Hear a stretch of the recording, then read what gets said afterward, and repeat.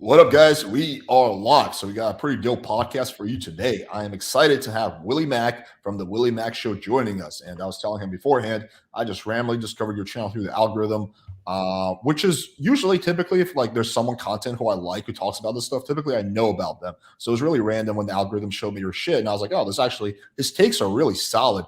And also you do a lot of I can tell you put in a lot of effort into your videos. I mean, how long does it take you to make one of those videos? It's got to be like days worth of work, right?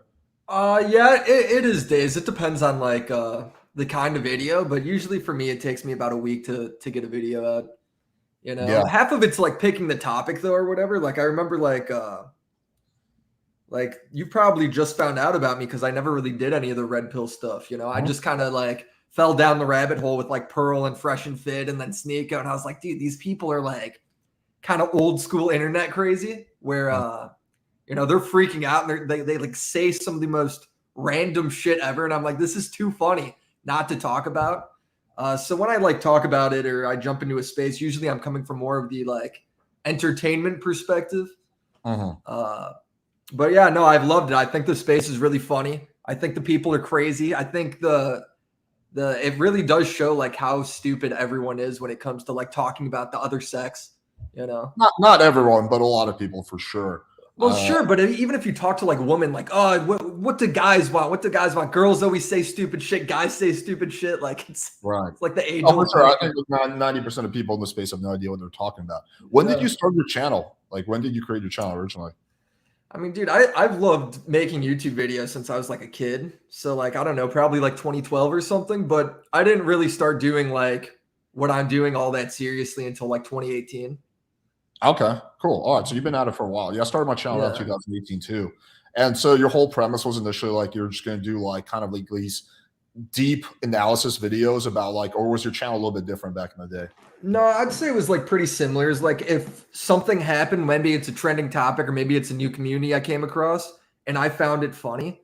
Maybe instead of just doing a very surface level video where we don't actually like get into anything, let's dig a little deeper, let's see what it's about and let's make fun of it or let's talk about it or whatever. And I think it's just like a way to stand out and I've really enjoyed it so far. Yeah, you're actually doing what Sneeko says that he's doing, which is discover truth through humor.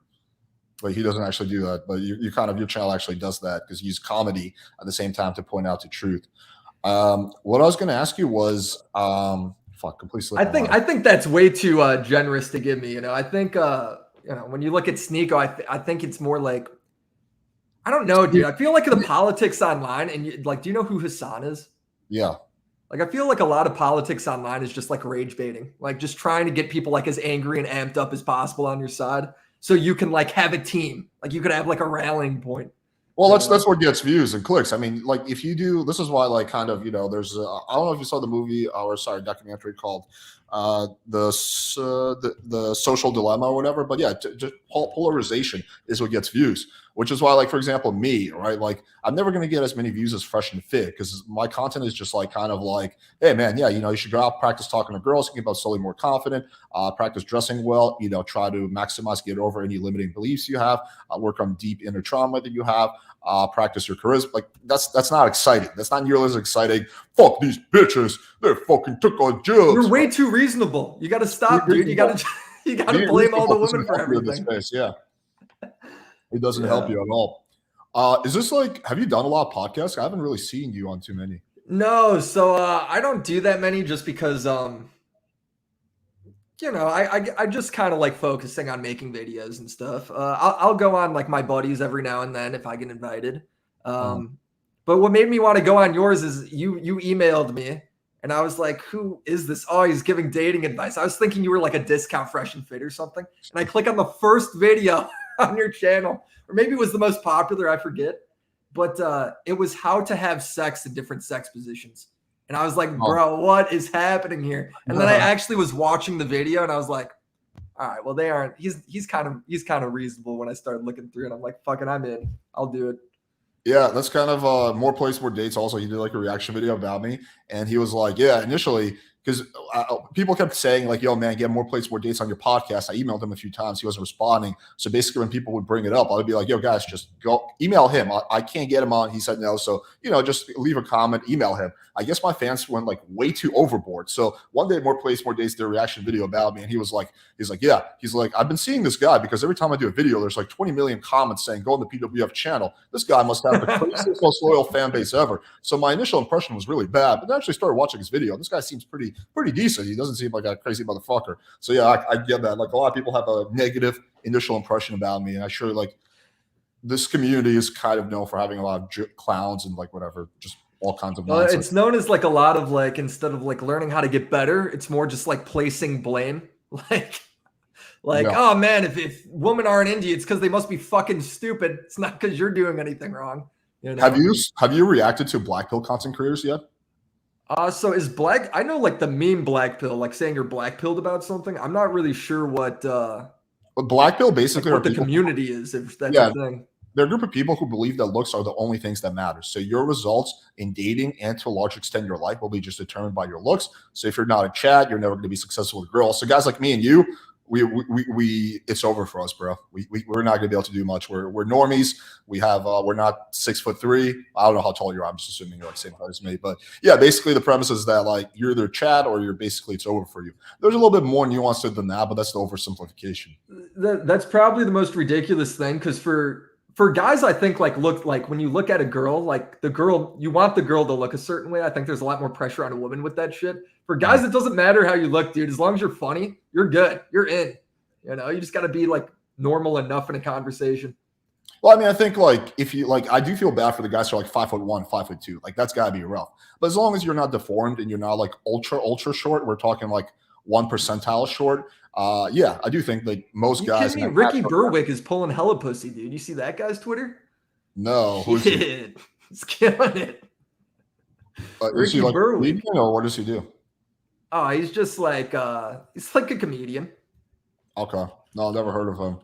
But yeah, the black pill community is quite interesting. That's definitely another rabbit hole you can go down on. A lot of shit there. So okay, so let me start off with this question. So you've made videos on a lot of Manosphere people.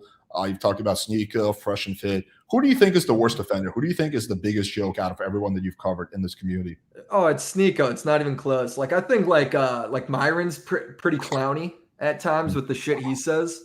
And I think Pearl's just a grifter. Like I really do think she'll just say whatever she wants or whatever she needs to in the moment. Sneako is 100%. He believes what he says. And I think like the craziest part with him is just how like how surprised he is about everything. Like you'll see him in a conversation, like on Fresh and Fit.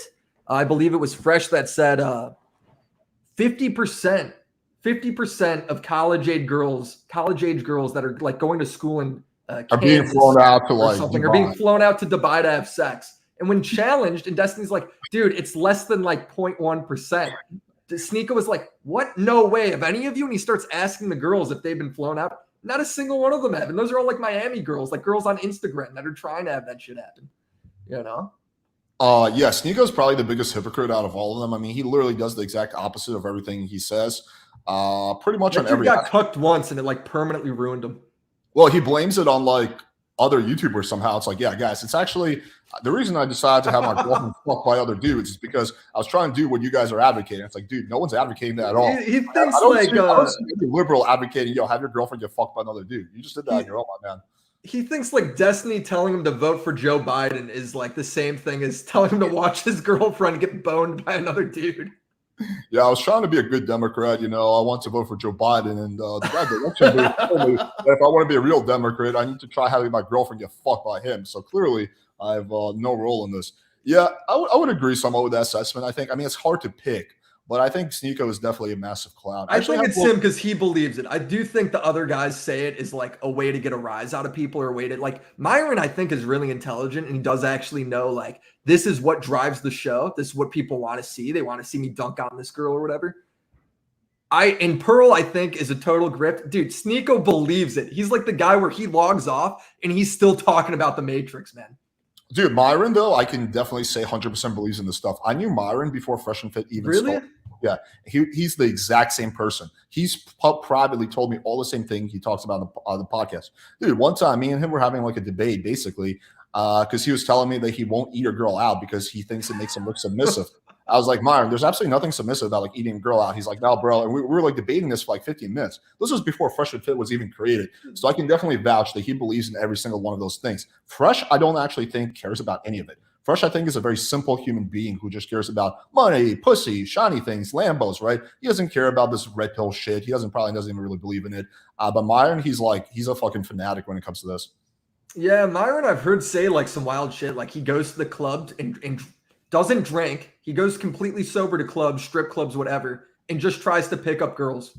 I'm like, dude, that's kind of like a weird, like what a weird approach. You're gonna go to the club to pick up girls, but you're not going to drink anything.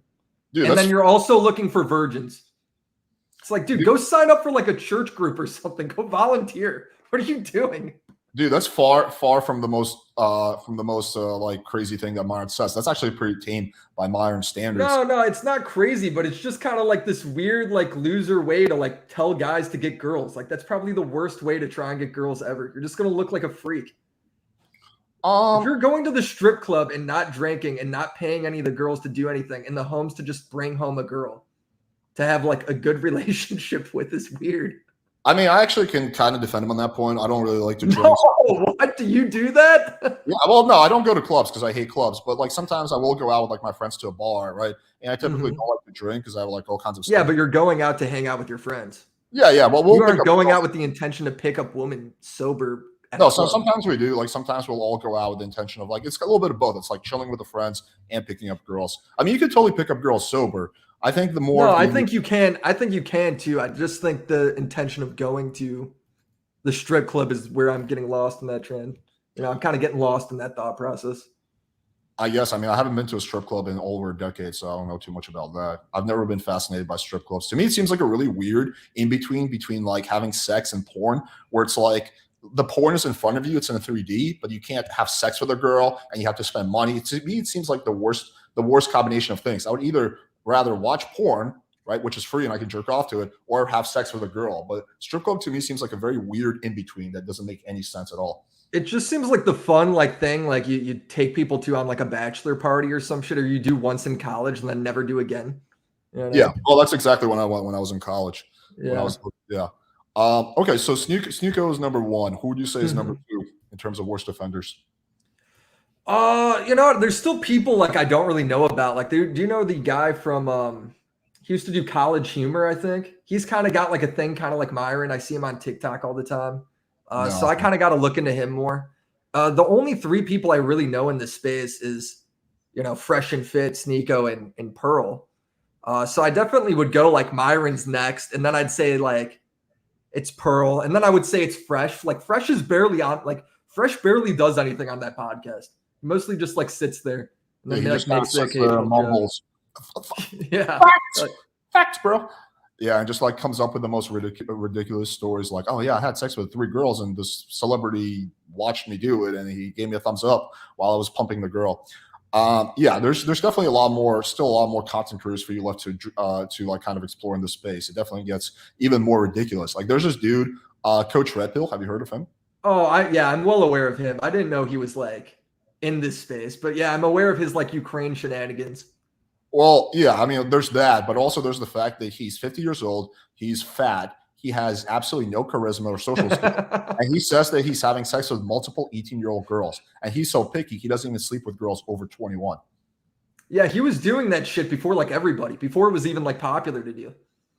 Yeah, well, I feel like a lot of these people are just like, you know what, like we can just lie, and people will believe us because it sounds good. Yeah, okay, I had sex with 2 30-year-olds. No. I had sex with 2 25-year-olds. No. 21-year-olds. No. Okay. 18-year-olds. Perfect. Got it. Yeah, so like Andrew Tate was like the guy that kind of like made all this so mainstream, you know? And I think it's because he came from like a men's help angle. Like I think the reason the red pill shit blew up, and correct me if I'm wrong, is like simply because there's so much like feminist, like, yeah, men suck thing going on, right? And all this shit.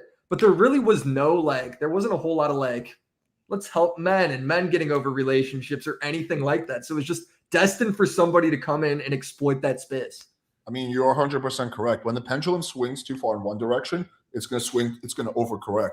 So, yeah, there was too much. There was like a lot of feminists. There's a lot of like, yeah, this is how we help women. A lot of guys are struggling, obviously, with their dating life. There's no really information for them. And people, I feel like with like a lot of these people like who are following Red Pill, they look up to like people like Myron or Sneeko as like either an older brother or father because they didn't really have a strong father figure or older brother that kind of like showed them the ropes. So I don't think it's conscious. And they're not actually saying, "Oh, Sneeko, you're my brother." I just think subconsciously they kind of put these Red Pill content creators on like a pedestal, right? And they just view them as like a source of authority, right? Without actually questioning, like, okay, does this actually make sense? Is this is what this person is saying supported by my experience? And quite often it's not, right? Yeah, yeah. And I agree. Like the reason they're popular is simply because like the pendulum's gone too far one way. And I think their analysis of like the problems, like when Andrew Tate talks about shit that's a problem for men or Myron or Sneeko or any of them, it's like real stuff. It's like guys are lonely. This percent of guys isn't getting laid. This Right. you know, whatever income, whatever. Right? You aren't making enough money. How do you make enough money? What are you struggling with bills? I got you, but their solutions to those problems, I think, aren't very good. So then, like, they're kind of exploiting the solution. Like, well, pay me money, and we'll teach you how to pick up girls. We'll teach you how to make money. Pay me money. Here's my course. And it's like their course fucking sucks. Like, I went through Sneeko's course, dude. It's terrible. Like, very few people have actually made any money off it, let alone paid the $50 a month that it's worth. Right. So, I mean, I don't know. What do you think about since you're kind of talking about Andrew Tate? What do you think about the whole legal situation now? Do you have any like I don't know thoughts on like guilty, innocent? Where you at with that? So of course the only information we're really getting from outlets is stuff that makes him look guilty. Mhm. And like there was the text messages that were leaked where it was initially on Twitter, it was like cropped to make it look like the girls were all doing it to get a movie. But if you actually read those full things, I Yeah. mean, dude, it makes him look worse. It makes him look like the bad one for sure. Yep. But until you see what his team has and what the courts go with and what's going on, like I don't know how you can rule it one way or the other. I'd be crazy to say that he's guilty or innocent until it's over, right? I'm not part of the investigation. Yeah. No, I agree with that take. I've always been very neutral on that. It's like you have to wait and see as all the evidence comes out. I Yeah, do and think though. I hope he didn't do it because that means there was victims. So I mean, I hope he genuinely is innocent because I wouldn't want there to be a situation where women are getting trafficked and then they can't leave. Yeah. Well, yeah. I mean, me too. I also hope he's innocent. I know him a little bit personally, so yeah. I hope he is. But with the Andrew Tate situation, I do think though, like, first of all, it's really cringe when people like Sneeko say just because Andrew Tate got released on house arrest, they're like, "Oh, you guys were all wrong." He's Yeah, they all say that. just because you got released on house arrest doesn't mean you're innocent at all. Like they're acting Mhm. like as if the case was completely dismissed. So I find that really cringe. Sneako's literally like, all right, I want. When is Andrew Tate getting apologies from all of you? Apology for what? He hasn't been cleared of anything. He's just moved from being in jail to under house arrest. But also, I do speculate that if they don't get him on the human trafficking, even if he's innocent of human trafficking, he's definitely going to be guilty of like tax fraud, and he will probably do a few years in jail because of that. Well, what's interesting is I made an Andrew Tate video like I don't know, probably coming up on a year ago. And he'd tell all these stories of like, yeah, I was in this crime thing and I got this dangerous person after me and all this stuff. And he's like, this is how I manipulate women into living with me and working for free and all this shit, right? Mhm. And I was like, oh, he's just full of shit. He's just talking to be like, build himself up as like this superhero or whatever, right? As it turns out, like, I don't know, maybe he was telling the truth. Maybe there is some sketchy shit there he was into. Well, he definitely lies quite a bit. Can you tell a story for my audience about the chess, the 5 year old chess prodigy thing? How you called the chessboard? Yeah, yeah. So he went ahead and said, like, oh, at 5 years old, I won the under 16 youth chess championship for Indiana. And Indiana is like pretty prestigious state when it comes to chess. Like, seriously. So I ended up calling the board. Like the guy who answered is a dude who ran tournaments and played with his dad a bunch and all this stuff. Cause his dad is like legitimately probably the best black chess player ever. Mhm. And he was just straight up like, no, man, like he never did that. There's no record of that ever. Maybe he's played before, obviously, but no, he's never actually like entered a under 16 tournament and won. That would be crazy for a 5-year-old to win. Yeah, so just to clarify, Tate made the claim that at the age of 5, he won the under 16 Indiana chess tournament. And then Willie called the Indiana chessboard and he recorded the phone call. So you can listen to all of that. And the guy's like, no, that never happened. I knew his dad, and no, like that never happened. So yeah, I mean, it is like a really he embellishes stuff for like the lore purposes, right? He's got a book where he writes about how like the doctor pulled him out of the womb and he like punched the doctor in the nose and shit. like dude, he does it all the time. So yeah. To say like, oh, he said something on a podcast and that makes him guilty, fucking doesn't mean anything. He lies all the time. He embellishes all the time. Yeah. It's gonna be interesting to see how this plays out. Here's my question: do you think there's any good actors in this space that you've noticed? I mean, I think you're pretty good. Like, I do think you give like really good advice. I don't know. I'm trying to think. Like, you got to realize, like, if I come across somebody who's good, which I have when researching stuff, I'm like, well, they seem good. I move on to the next person because I'm not here to talk about the people giving good advice. I want to make fun of the clowns. Who are some of those other people besides obviously me that you came across that you thought were good and decided not to do a video on? See, I don't know because I didn't spend much time. I looked through 3-4 of their videos, and if they seemed all right, I just kind of moved on. I kind of forget. Just people on TikTok. I mean, there's a lot of TikTok stuff when it comes to relationships because all this trends all the time. Barstool has a podcast where there's like a few girls on there that I thought were all right. I'm trying to think, dude. I feel like there's one more where it's like a black dude. I forget his name. I'll if I think of it, I'll let you know. But I mean, I think he was pretty good, whatever his name was. Okay, got it. Yeah, I'm actually more popular on TikTok than I'm on YouTube, but I hate using TikTok. It's my least favorite platform. I just only solely post my video there and get the fuck out.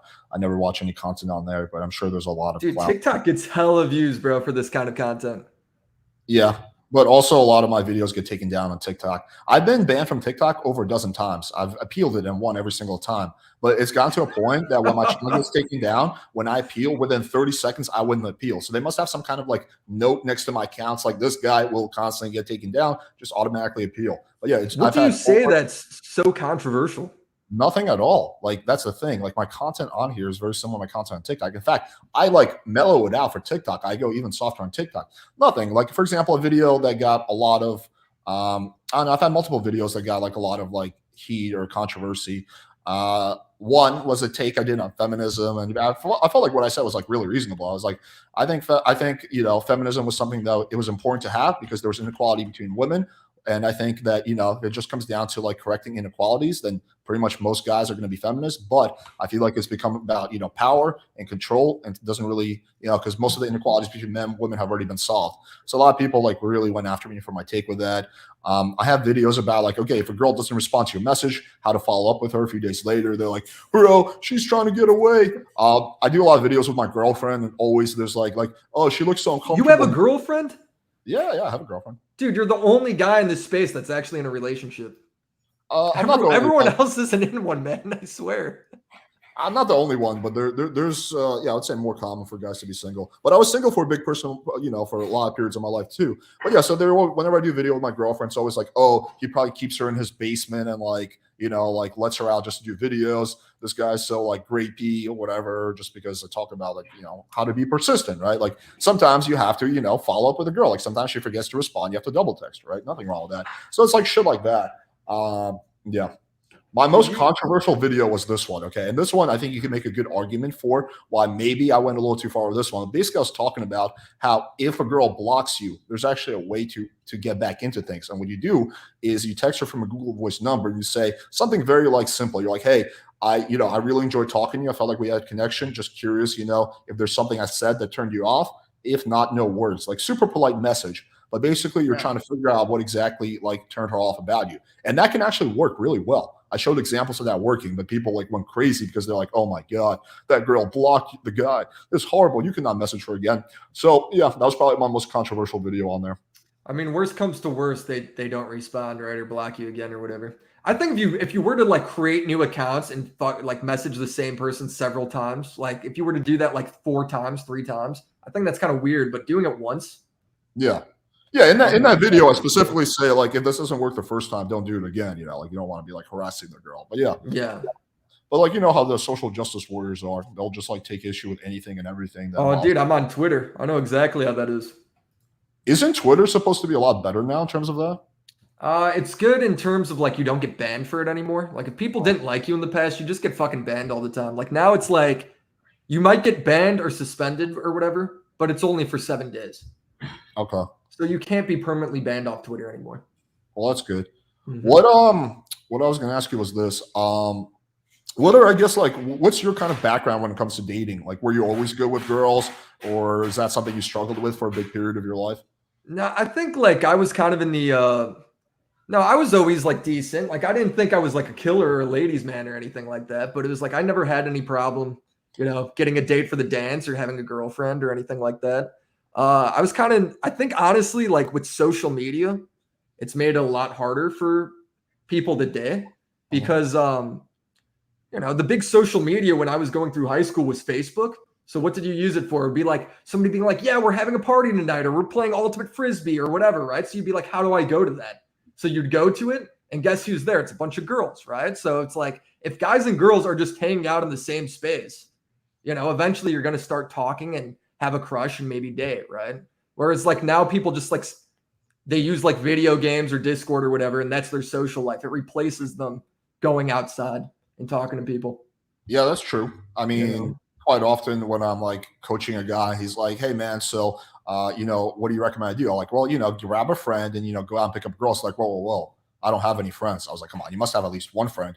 I don't have any friends in yeah, my city. I'm like, "Well, that's a problem in and of itself. Like, you should have friends that you can meet up in real life." Like, I've had like a lot of friends like my whole life. I could not imagine like just only having friends online. I mean, I have a lot of friends online too, but like I have a lot of friends in real life in my city that I can meet up with, but a lot of guys don't. Like that's the thing. Like yeah. Social media was like more of an entertainment or more of like a tool, and now it's gotten so big. Like people don't need to. It is their social life. They don't yeah, have anything in real life anymore. yeah. I mean, I was gonna ask you this. So, like, let's say, like, I don't know, like you were like one of your people in your audience, or like your little brother. I don't know if you got one or not. Came to you and it's like, "Hey, I'm 22 years old. I'm a virgin. I'm an incel. I want to change that." What would you say? What would be your advice to that person? Go join like one. Do you have friends or whatnot? If you don't have friends, then you got to go make friends. So go join a rec kickball team. Go join a co-ed league. Go volunteer for something. Go to the bar. Whatever. Right? You got to go do something. Get a job. Start talking to your coworkers. You have to put yourself out there, and it doesn't have to be in a scary way. Guess what? If you sign up for like a rec basketball league or something, you're going to become friends with your teammates because you're going to be playing together and having a good time together. Yeah. You got Okay. to What just go do stuff. If you stay inside, your chance of making friends is zero. If you go outside and you will eventually make one friend. Everybody gets one friend at least. Okay, so let's say the guy's like, okay, the guy does that. He makes a few friends. What's next? What would you tell him to do next? uh, I mean, go join a co-ed league if possible. Get a job, talk to your coworkers. Like I would say, like the biggest thing is you date within your social space. I feel like a lot of the times, like when my friends have picked up their girlfriend or whatever, I picked up my girlfriend. It's because we're in the same place. It's not like I've never really dated by like, oh, that girl's hot. I'm gonna just walk up to her in the middle of the street and talk to her. It tends to be kind of natural. It tends to be at a house party or somebody's birthday or whatever. Yeah. For me, it's like almost entirely the opposite. I typically every single girlfriend I've ever had, I'm on. I guess this is my fifth serious relationship. I met through either like approaching her at a bar or on like a dating app. Uh, I've met some So girls I've through. never done the dating app thing. Like I did it for a while, but I felt like every single like, dude, that shit made me like black pilled doing the dating app shit. Why? Because you just weren't getting matches, or what happened? No, it'd like be like you get matches and then you talk to them and they're just kind of weird. It's like I felt like nobody was normal. I felt like everyone I went on a date with was just like had some daddy issue or friend issue or was getting over some breakup or whatever. Yeah, I would say that's probably a little bit more prevalent on dating apps, but you can screen out all Mhm. that stuff, or you can screen out a lot of girls who like have traits that you Yeah, don't I want. did that for like 6 months. The rest of my shit was all like in college or, you know, through work or whatever. Were you in a frat in college? No, I wasn't in a fraternity. My Uh, school, the school I went to was like a 2-year trade school. So there wasn't any. fraternities or anything like that. Are you a full-time YouTuber now? Yeah, I am. Okay, cool. How do you, if you don't mind me asking, how do you primarily make money? Just from ads, or you have like any kind of course or It was all sponsorships and stuff. sponsors? Okay, cool. Mm-hmm. Okay, so let's move on to this. So you've talked about Hassan quite a few times in your videos. What is your biggest issue with Hassan, you would say, or some of your biggest issues with him? I think he's just like the perfect example of he wants to always be like, he's correct to the point of being a hypocrite. Like he always is doing like the moral grandstanding. So you'll see him in instances where it's been like over a year since I made those videos, or close to a year. But I'm pretty sure there was a moment where he was straight up saying like people were mad at him because he debated somebody that hated trans people, like a transphobic person, and he lost the debate, right? He looked bad. So then when a trans bird, like his fan who was trans, messaged him being like, hey, I don't think you're educated enough to really talk about these things. He just responded like, what the fuck do you know? You're just a trans person. Yeah. It's like, bro, you're a fucking, is this guy really give a shit about like trans issues? Is he really looking out for the best of shit? Or is he just online grifting? Like this guy sucks, bro. I hate that guy. Yeah, I hate that guy too. He's very much also like a cloud shark. Like he won't debate anyone who has less clout than him. No, they have to be bigger than him. If they're not bigger than him, he won't talk to them. Yeah, which I think is like super lame. I debate people who don't have YouTube channels all the time. So yeah, and I feel like he's a massive hypocrite in a lot of ways. Like he is constantly talks about the benefits of socialism. He lives in a fucking $3 million mansion with or whatever penthouse, forget what it is, and he'll never admit like why he's wrong about something. Like even the Ukraine stuff, the whole time leading up to that, and the news is going, "Yep, they're gonna invade. Russia's gonna invade." He's just going, "No, it'll never happen. It'll never happen." And then when it did happen, he's just like, well, I mean, it really is the United States' fault why this happened. It's like, bro, but you were saying like he never just corrects himself on anything. He'll never apologize. Like somebody was mad at him for he said the word cracker a bunch, and he was trying to get the guy's name is Mystic, I think, or Mythic. I kind of forget it, but he's like a black Twitch streamer, and Hassan's like, yeah, say the word cracker, won't you? And Mythic's like, nah, because I don't really like shitting on people for the color of their skin, and just made him look like such an ass because he won't admit that that's what he's doing when he's saying that shit. Well, it's funny because I don't know if you've noticed this, but when you go to the extremes, they actually come back and meet in the middle because who also they're the fucking same, bro. It's horseshoe theory. Coach Red Pill was also saying they'll never invade, it will never happen, right? Like no way. But he's like a hardcore right versus Hassan's hardcore left, but they're actually in a lot of ways intertwined. Yeah, saying. And then when it happens and they're wrong, then they have to take the side of Russia's totally right with it. Which all right, whatever people's opinion on is whatever. My point is he won't ever admit. I hate people that will never just admit oh, I fucked that one up. Maybe I was wrong about that. Hassan has a lot of really weird takes. I think one time he said that 9/11 was America's fault. No, that would have been a better take, honestly. He was like, America deserved 9/11. Oh, America deserved 9/11. They deserved it, yeah. And then he blamed it on English being his second language. He speaks English fluently. What the fuck? He didn't even double down really. He just was oh yeah, I really slipped. I just didn't know it was really my Turkish. It's bro, you were I think he was born in America. What are you talking about? I should try that next time I say something dumb because English is my second language too. I'll be like, oh guys, I didn't think of it. English. I'm just not that good at English. I do not know how to do it. I got the other one. I just don't like him because if somebody believed or said all the shit he said and was a very principled person, that's what I don't like about him. He doesn't have principles. It's not like he's standing for his beliefs firmly or anything. I genuinely think he's just kind of a rat. Yeah, no, I agree with that. What do you think about Destiny?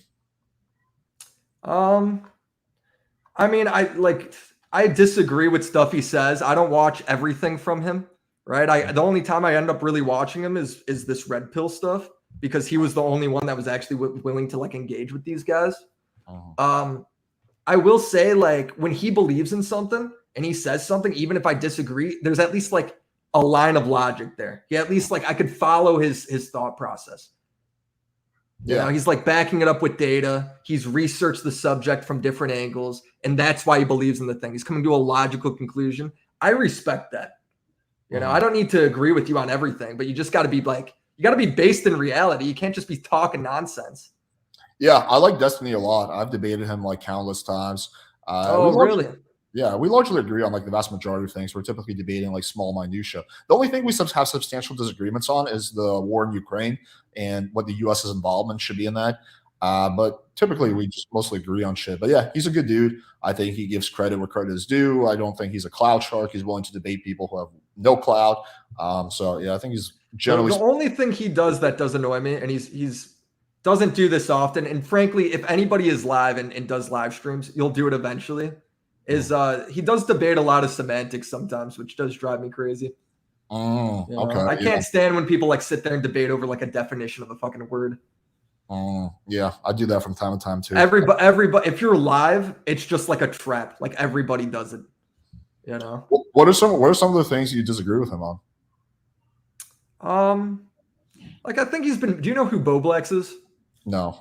So he's a YouTuber that's like pretty big, and all he does is read tweets. He got like mad at him for reporting on tweets once, I think, and the semantics debate. Like he's gotten mad at people over fucking words. I kind of forget because it's been a long time. This is probably a couple years ago. Oh, and in December he promoted like a shitty crypto thing that he knew Mhm. was a fucking trash, and he's always said like crypto is trash. Don't invest in any of that. Well, then he took his crypto sponsorship. Mm. So like stuff like that is kind of where I'm like, well, bro, it's not kosher. I would say though, in his defense, like that was definitely like a contradiction that a lot of people pointed out. But his explanation of it to me seemed like fairly solid. So he was saying that basically that there's nothing inherently wrong with crypto in of itself, right? Mm-hmm. But the problem is that when you say that, hey, you guys can get rich from this, you guys can get money from this when you sell as investment. But if you're just saying, hey, this is just some random like fucking pointless art that you can own, like you guys aren't going to make any money from this. It's just something you can have if you want to support it, like kind of like crowdfunding or whatever. But I think it's okay, right? And that's kind of what Yeah, the I mean, I like I said, I if his explanation's good, then sweet. It's been a long time since I've necessarily kept up with all that. have you been following the Logan Paul crypto scam? I did when it like first happened in January, like end of December with CoffeeZilla. I know that he hasn't paid anybody yet, which I think is crazy. Yeah. Why? What Yeah. do you think of that shit? I mean, it's a fucking, he was planning on scamming all his fucking fans, which I think is pathetic. I mean, his number one defense is that he hasn't sold yet. Okay, that's because you got caught before it happened, but you were planning on selling. There's texts that show that you were planning on selling. You guys even had a legal contract about how much you could sell. So you guys were planning on doing, a rug pull. Just because you didn't do it doesn't, whatever, like exonerate you. Like if I'm like, if I was planning on breaking into your house and stealing all your shit, and then you called me out on it, and I'd be like, well, I never actually broke into your house, Willie. It's like, okay, but you were planning on doing it. Here's how you said it. So that's like, maybe it's not as bad, but it's still pretty fucking bad. You were planning on doing something that's very unethical. Yeah, I mean, I see this a That lot. situation essentially boils down to like he's mad because they rug pulled him before he could rug pull everybody Exactly. else. Like Right. it's like, bro, I don't know. You're caught like dead to rights on all that shit.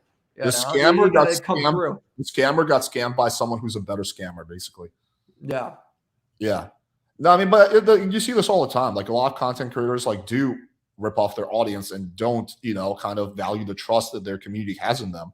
Like personally, for me, I would rather just like fucking not make money than like, like fucking burn out my audience and people who supported me. But a lot of people do see it as like just kind of like a money grab. It's like, yo, I got 10 million followers. Let me see how much money I can make from this, right? Which I think is a shame because then people wind up not trusting anybody, right? So for example, for someone who's like like let's just say a Logan Paul fan who got like burned, they're going to be very apprehensive to trust any other content creator, and the other content creator might have good intentions. So you're just contributing to the problem at hand. So yeah, I just think it's like shitty behavior. I think like any of the problem with crypto or investment sponsorships at all is even if you mean well, or even if you're like you believe in it, whatever it is, you're putting your audience in a trap where they could potentially lose an infinite amount of money.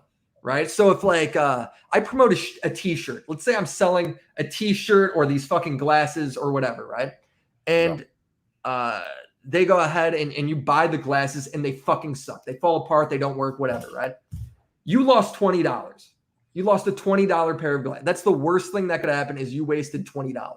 With the crypto sponsorship, you're potentially putting your audience in a position to lose $10,000, a mortgage, whatever, right?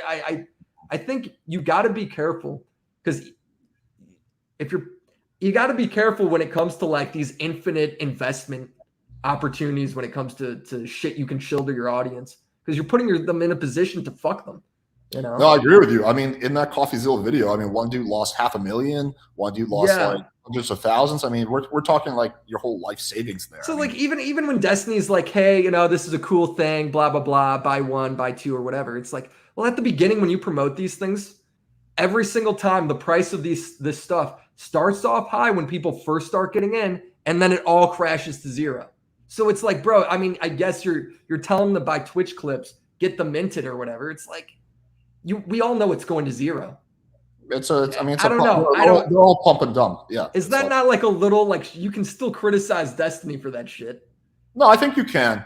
I'm just saying that I think that his situation is like different than the Logan Paul one. But yeah, you can still definitely make a valid. He was being self-aware about it for sure, but you can definitely make a valid criticism. I mean, this is why personally I've never been involved in any or crypto, right? And I never will. You'll never see me do an NFT on this channel. I could do it. I can make a lot of fucking money. You know, yeah. There's a lot I could do to make more money. You know, there's tons of money in promoting that shit. Yeah. Like I don't know about you, but I get like constant emails like, hey, promote my product. You know, we have this app for $500 per video, or I'll give you $1,000 per video if you say this. Just the problem is that 99% of the stuff sucks balls. It's not something I would ever recommend to my friends. So I'm not going to recommend it to my audience, right? But yeah, like I'm sure for you as well, you could probably double or triple your income if you just like lower your ethics, basically. Oh yeah. And then I don't want a situation where I promote a product and the product is, if I only promote shit, then nobody's going to actually buy the shit I do promote. So I do want to keep a standard there, you know? Yeah, that's important. Let's answer a few questions from the audience. Alex, so this is referring to Miles. He just doesn't enjoy going down on a girl. Yeah, I don't think it's that. I think if a guy just doesn't want to eat a girl out because he doesn't enjoy, that's totally fine. But his explanation when I was talking is that it's submissive. Is that it makes you submissive. So he never said he doesn't like it. He just says that he's worried about coming off submissive. I mean, is there anything weird to you, Alex, when it comes to like guys where all they talk about is like trying to look manly and trying to look like a man and trying not to look submissive and trying not to be a woman? I mean, there's some shit where it's like after a while, like, at what point are you telling on yourself a little bit? Yeah, I think there's a lot of like projection that goes on in this community. Like Sneeko constantly calls people like fucking cucks, but he's actually a cuck himself. Well, soy boy. Sneeko always goes, "You're sensitive. You're a snowflake." It's like, dude, you have cried about every fucking joke made at you. Yeah, no, he is extremely sensitive. Blame Fire, what are your thoughts on Fresh new CEO Network, which is $100 a month, where you teach people how to become CEO? Have you heard of this? That sounds like the dumbest fucking shit I've ever heard. I'm gonna look into it now because I didn't know that was the thing. Yeah, neither did I. I don't know. I'd have to look into it more, but I wouldn't really trust any type of product. It teaches you how to be a CEO.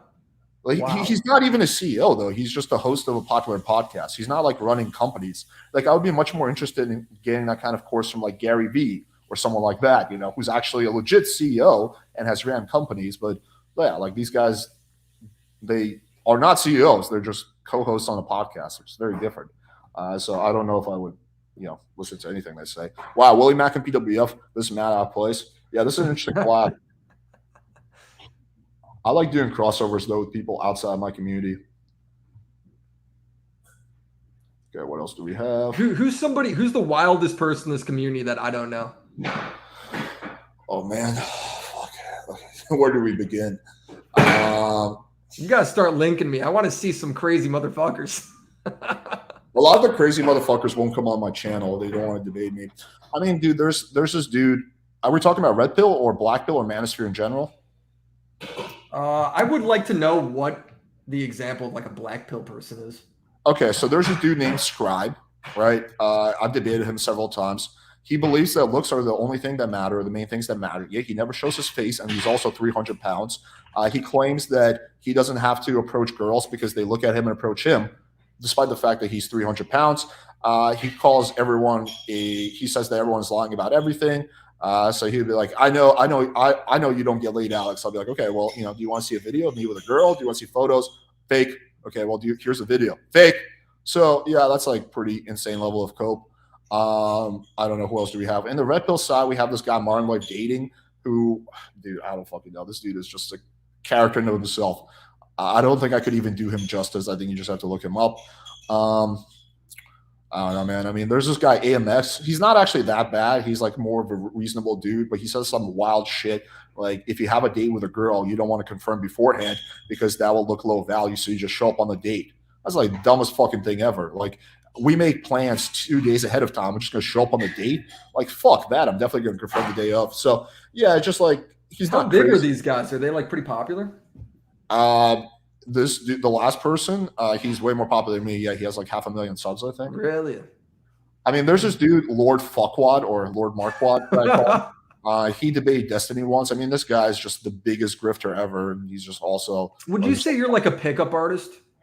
I'm closer to pickup than anything else. Yeah. Yeah, because when you're saying shit like, "Oh, I just in the streets, I'm able to like go just get girls." I mean, that's pretty like that's a whole nother ball game than like just learning how to get dates with like a girl you got a crush on or some shit. I was introduced to this community through the pickup, so my foundation will always be pickup. But I have like there's things I do disagree with most pickup community members on. I've had disagreements on like pickup, but yeah, that would be the community I'm definitely closest to in terms of ideology. Yeah, I find that the red pill. I find the red pill is largely about complaining about how much modern women suck, and just It is. It is. a lot of mental masturbation. It's like, okay, I'm gonna spend, I'm gonna study female nature, right? But just studying female nature is not actually going to get you a dating life. You have to go out and talk to girls, which like they really don't talk about that much. They just talk about like, oh, this is how much modern women suck. Oh, this chick, wants a guy who makes 7 figures, but she's a fatty, right? Which is like funny, but it's not going to really do anything to help anyone.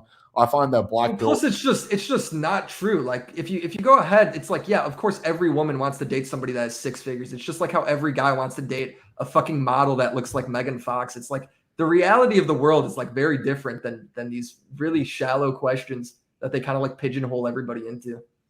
I just feel the advice they give is not realistic at all to me. It's like advice only for people who are fucking rich.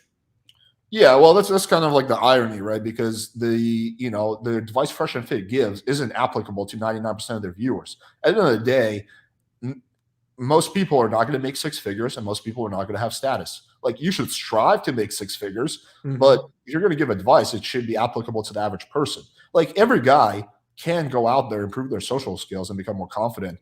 But most guys, are not going to, be rich and have status, especially the status part. Status is very exclusive to certain careers. Like you're not going to, even if you're the best engineer at Boeing and you're making, like $500,000 a year, you're still not going to have any kind of substantial status, right? You can have status with being a celebrity, a YouTuber, commentator, potentially a club owner. If you become a billionaire, you'll have some status because, you could have status at your fucking church or you could have status from a million fucking things that don't make you rich, Well, you can, but like having status in your church might help you date within that church, but it's not going to help you outside the church. No, you're right. All right, let's see what other good questions we have. I mean, really lonely. Still got approached, actually. Still got approached and sexualized even in your social circle. Actually, social circle can make it hard because people in your life. It can affect your work. Yeah, I actually just had a coaching call with a guy who's really frustrated because he keeps getting friend zoned by every girl in his social circle.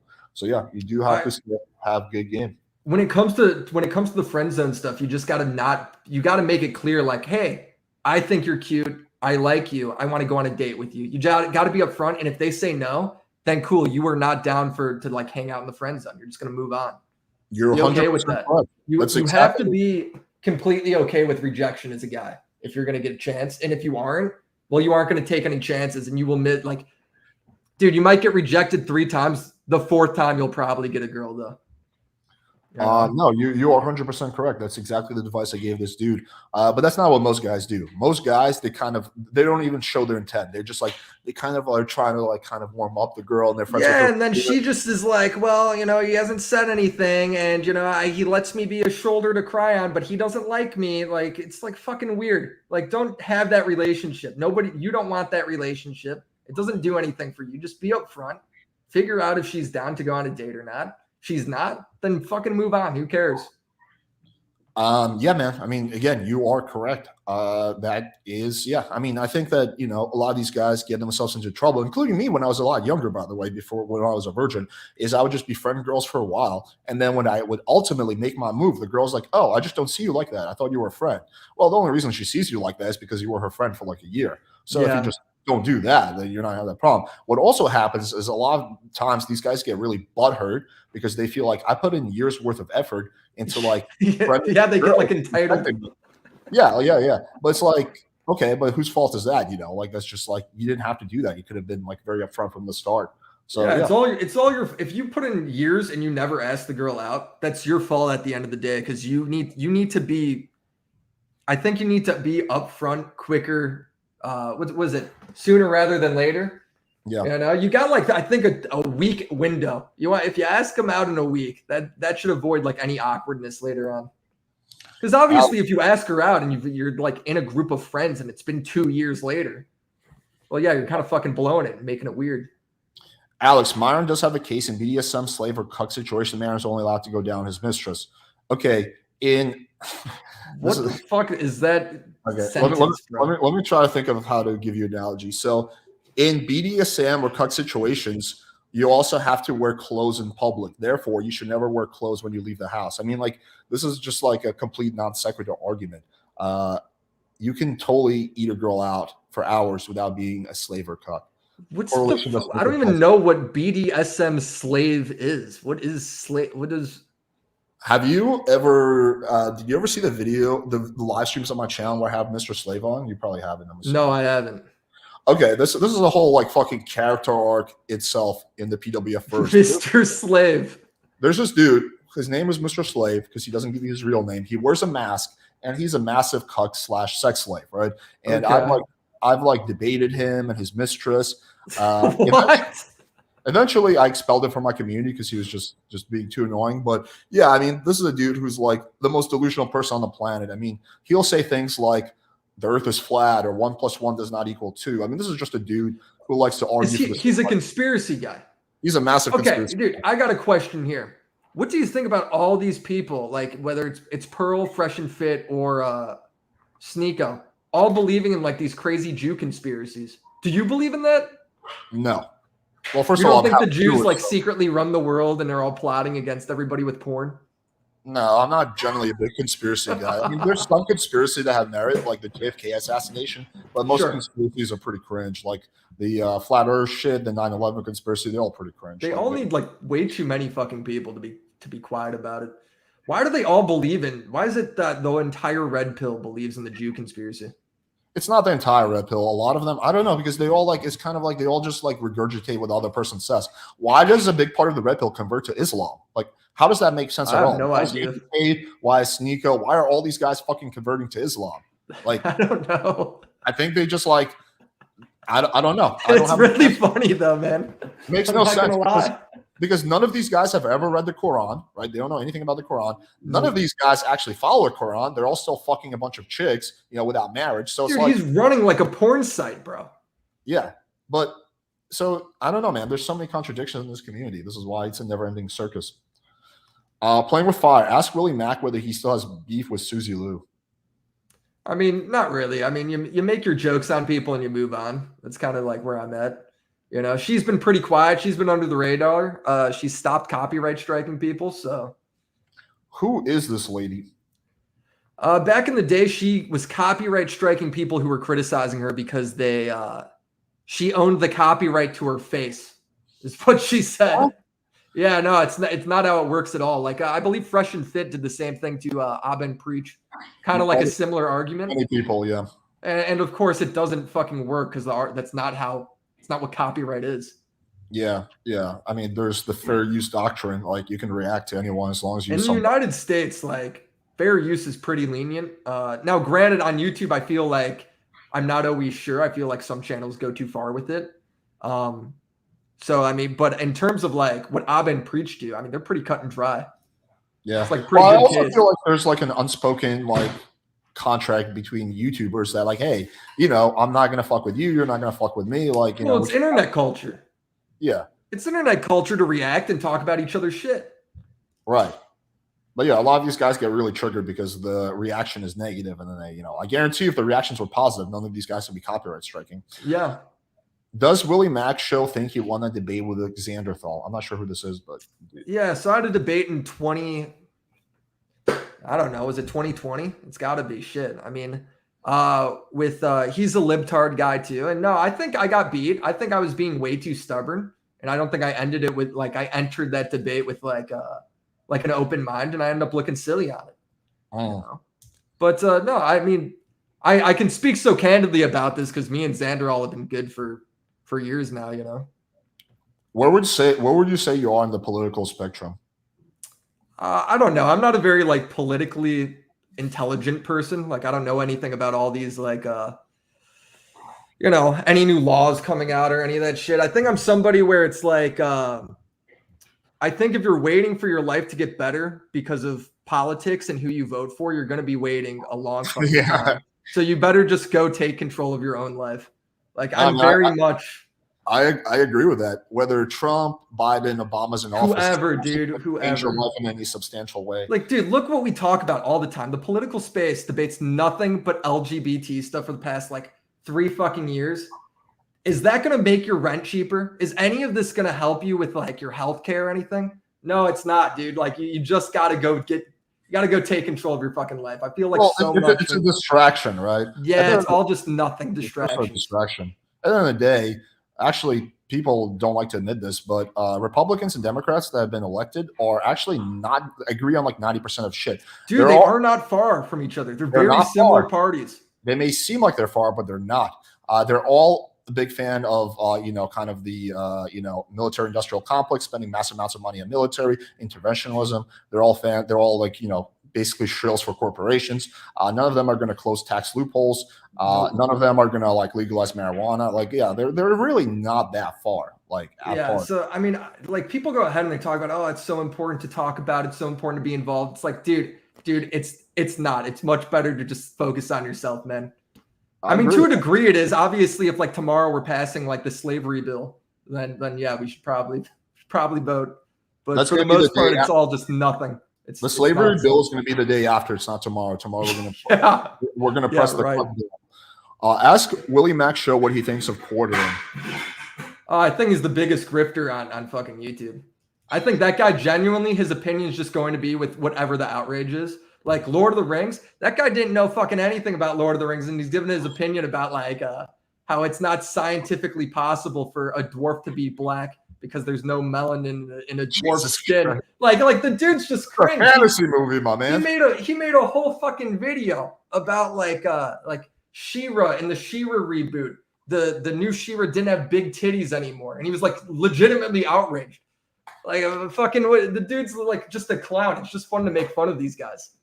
Yeah, I agree with I that. don't think I have like that much. When I make videos online, I'm very much like it's very much my real opinion when I'm talking about this shit. But when I make my video and I move on to the next thing, I don't like hold any personal grudge. Yeah, I'm If the I same did way. think about how like sad and petty of a person I would be if I did that with every video I made. You probably have quite a few enemies after all your videos, I'm assuming, eh? No, I mean I don't think so. I think like Jeremy's talking. We've been in normal conversation since, and whatever. We get it. Everyone gets it. It's the internet. People give their opinions. You move Yeah. on. Yeah, some people get really butthurt, but I do think your videos are fair from what I've seen. Like, I do think Yeah. you try to be balanced. Like, you're not a crusader. You're just like kind of like making like I'm not here to like white knight anything or like try and get anybody canceled, right? I'm here to clown on you, and that's it. Yeah, isn't the best way to break out of the friend zone to talk dirty and go for casual sex? You'd have already master rapport with her. The problem is that once you get friend zone, it's really hard to get out of the friend zone. It is doable, but it's really hard. So the best solution is not to get friend zone in the first place. The issue is that like if the girl friend zoned you and she sees you as like kind of like a non-sexual threat, is that if you start dirty talking her, she's gonna think that she's like, whoa, she's gonna get like really creeped out because she already put you in that like hardcore, he's just a friend, he doesn't have a penis category. So yeah, it's a tricky situation. I don't know what your thoughts are. I think that's okay to do before you're in the friend zone. It'll probably work out better for you because then if she's reciprocating or whatever, then it's like, okay, well now I can make my next move. Like clearly she's kind of comfortable having a conversation like this with me. But yeah, once you're in the friend zone, you're already in the hole, dude. You probably missed your shot. You shouldn't do that. The best thing to do if you're friend zoned, right, is talk to that girl and try and get her to introduce you to her friends that you are interested in. Be like, hey, I'm interested in I'm really looking to date somebody nice. Can you set me up with somebody? Do you have any friends that are maybe looking for somebody too? I think that's probably a better use of your time than, trying to work your way out, because it's hard. You kind of already missed your shot. Yeah, no, I largely agree with that. It is possible to get out of the friend zone. It's just really fucking hard. Most people are not going to be able to It do is, but usually you have to be a rebound. Oh, the I right feel place. like every time I hear stories of people getting out of the friend zone, they're a rebound to another dude, like she broke up with her boyfriend. You've been waiting for years, and then you finally get your shot or whatever, right? It's like, I don't. Is that something you want to do? You want to wait for fucking ever? But at the end of the day, you can only get friend zone if you let yourself get friend zone. If you have like a take it or leave it mentality where like, hey, listen, I'm looking for something, sexual. If you're not willing to do that, then I wish you the best. But you can't get friend zoned, right? If you're willing to walk away, right? So you can, it's not, the power is not in the girls' court per se. You have a lot of power too, because you have the power to walk away, right? That's your number one power in that situation. A lot It's of like people anything else, you're gonna suck, and you just have to get better. You just have to do it to get better. That's the only thing. You're gonna suck at first, and that's fun. also, at the end of the day, like just being friends with women isn't by itself, as long as there's a good value exchange. Meaning, if you're getting a lot of value from being friends with that girl, that is okay. If she's introducing you to her friends or she's helping your career in some way or whatever, right? That's okay. It's okay to be friends with women. I have some friends, female friends, girls who I'm not really sexually attracted to, who I think a lot of people would say are pretty, but there's a value exchange, right? There's some value I'm getting from that relationship. But typically with most guys, the girl's getting all the value and the guy's getting zero value. And that's when you have an issue. Yeah, I mean, look, you could totally have friends that are girls, but I mean, if you're trying to yeah, I agree. I agree with everything. Moving past it and getting out, like you've already dug yourself a hole. Why make it harder? Yeah. Okay, so we have a take from Brad. They respect Islam because it stands up against wokeism. I disagree with that. I think the reason they respect Islam is because of the female male dynamics under Islam. I think that they just want the three wives type of shit. I think that's what it's all about. It's all about women. I don't think it has much to do with wokeism. I think it's all about women, and that's why they gravitate towards that. Yeah, they do, because a woman covers up and stays in her room, and you can fuck all the girls you want. That's the reason. Like, I don't think Islam is that, right? From what I know of people who are actually Islamic, they don't like, that's not the main draw to that shit. Bruh. But no, they're doing it for that reason. Yeah. No, for sure. I think that's the biggest component by far. I think wokeism is a tiny part of it. Ask us thoughts on Ty Lopez and Grant Cardone. I mean, look, I was in sales a little bit. I watched a couple of Grant Cardone's videos or whatever, but I mean, I don't know anything about him outside of seeing a couple of their sales videos. And Ty Lopez is great because you got the "here in your garage" meme. Here in my garage. I got. Sneeko is getting his girlfriend fucked by some random dude. Does Ty Lopez even do anything anymore? I don't know. I never really followed him much closely, but I did read Grant. I was also in sales for a big period of time. Grant Cardone's book, I forget which one because he's done many, was actually like pretty, I think, solid.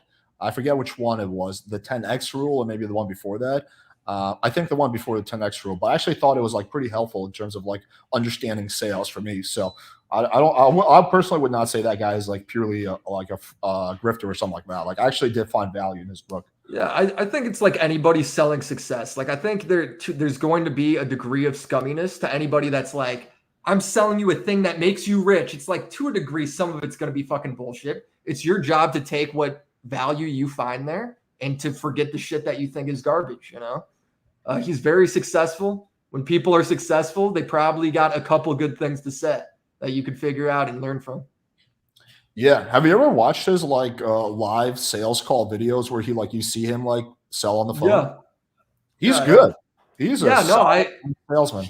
That guy can talk, and he's able to make a conversation go from business to like friendly and personal really quickly, which is probably like the most important skill in any sale. Did you ever see his debate with Jordan Belfort? No. That was a big embarrassment for Grant. He just did so bad in that debate. He was so smug. It was God. Well, debating's hard. Like when you debate people that are actually fucking good at it, like you can run around in a circle. Like look at all the girls on Fresh and Fit, right? Those are clearly girls that are just like normal, never been in a conversation like that, and they're able to let Myron just runs debate tactics around them all day. I mean, Yeah, modern debate tactics are like super duper basic. If anyone has any ounce of Yeah. experience, they can very easily address it. But it wasn't so much of that. It was like Well, if you're Jordan. just wrong, then you're just wrong. Like in Yeah, my Jordan debate with Belfort Vanderbilt, wasn't there like was some really. shit I was just wrong about. Yeah, Jordan Belfort wasn't really using any like debate tactics. He was just like, I don't know. I don't know what happened to Grant that day, but that was a massive embarrassment for him. You should The check it best out. way to win a debate is to just be right. Let's face it. If you're just straight up wrong, you're always gonna lose. It's one thing if you get debate tactic to death, but Being right is good, definitely helpful. But if the person is really good, they can reframe things, and especially if they can yeah. pull like debate tactics on you. Like there's a whole bunch, like the Mod and Bailey. That's when you like make a very strong statement, like women are women belong in the kitchen. Like that's my statement. Then you challenge me on that, like, whoa, whoa, whoa, what about this? And then I retreat to a safer position. I'm like, oh, I was just saying that if a woman enjoys cooking, that she probably should cook for her man. You're not going to disagree with that, right? But that's the mod. Yeah, well that's what Myron does. Like Myron Right. always hits people with like a woman don't deserve to have pleasure during sex. And it's like, whoa, whoa, what do you mean? He's like, well, if somebody breaks into the house, then I'm the one that has to go fight them. It's like, well, I guess you're true, but one doesn't have to do with like none of the girls are thinking the moment like that has nothing to do with each other. Yeah, also Myron acts as if like there's a break-in every single day. I know which building he lives Dude, in. They have massive amounts of security. No one has ever broken into that building, okay, with the exception of dude, that guy acts like he gets his woman's getting assaulted on the regular. yeah, just like on the regular. Like we live in a super safe part of Miami. There's no fucking break-ins here. Nothing is happening. It's super fucking safe in this part. Yeah, it drives. He hits, and that's the thing. Like that's the shit you can do on a podcast with people that aren't necessarily comfortable in that environment, and they won't challenge you on it because you're just saying absurd shit. Like they aren't catching it. Yeah, well, I think that they kind of are punching down in a way. Like they're looking for like weak opponents. Do you They're know like, how they get their girls? yeah, Because sort of. I've heard a few ways. One is they got people that literally go out to the clubs and are like, "Hey, come back on a podcast or whatever." I don't think Right? that's the main way. I've never heard of that one. And then the other way is Chris on Instagram. It's Instagram. A lot. That's probably 99% of it. It's either girls who are messaging them. I don't know which girls like, you know what I want to do? I want to be on the Fresh and Fit podcast. But that's kind of also get a massive sample bias because a lot of like normal like career girls aren't going to want to go on there, right? Like if you show that to like my girlfriend, I'm sure your girlfriend, whatever, they're like, why would the fuck would I want to do this? Like, I don't want to go on there. Like, this seems like a miserable experience, right? But like, so it takes a certain kind of girl who's like an influencer or Yeah, like they want to be their Instagram models. A lot of them. which is a very small percentage of the female population, right? But you're painting a caricature what the woman in Miami is. So yeah, I think it's like the vast majority of it is through Instagram, either through girls who DM them or they DM girls, you know, some opening message. That's how I've gotten a lot of girls for my channel as well. Well, It's just Instagram. here I got something that I want to ask you. Yeah, go So ahead. I heard Fresh and Fit ask this question. I thought it was really interesting, so I decided to look it up. But they were like, you know, a man has to work for everything in life. A girl just gets it, right? It's like a huge talking point from them. And they're like, for instance, a girl doesn't even have to work anymore. They could just go on they could just go on OnlyFans, and then they can make hundreds to thousands of dollars every month. Just an average girl doing nothing. And I was like, what is the average girl on Instagram or on OnlyFans posting actually making a month? What do you think? There's Well, only 1.5 million people that post content. okay, on It Instagram, was higher than I thought. on Instagram, the average girl isn't making anything because most girls' Instagrams aren't monetized. So even if Right. a girl has like 100,000, like you don't get paid on like ads on Instagram, right? You need No. to have like sponsored posts. So unless you're seeing sponsored posts and videos, she's not making any money off Instagram. Same with Unless you're TikTok. seeing, TikTok really doesn't pay much. yeah, From what unless I you're hear. seeing some brand deals, which most girls don't have. On OnlyFans, OnlyFans. the average salary is actually like 1,000 a month or something like that, or 500 a month. Most It's girls not. are not. Most girls, well, because okay, but it depends on how you look at it. But if Yeah. we're going off the average like, creator. there's some girls, okay, but how are we counting? I would just taking here's what the girls at the top make, here's what the girls at the bottom make, what's the middle point, or Yeah. which is I think a more correct way of doing it is seeing.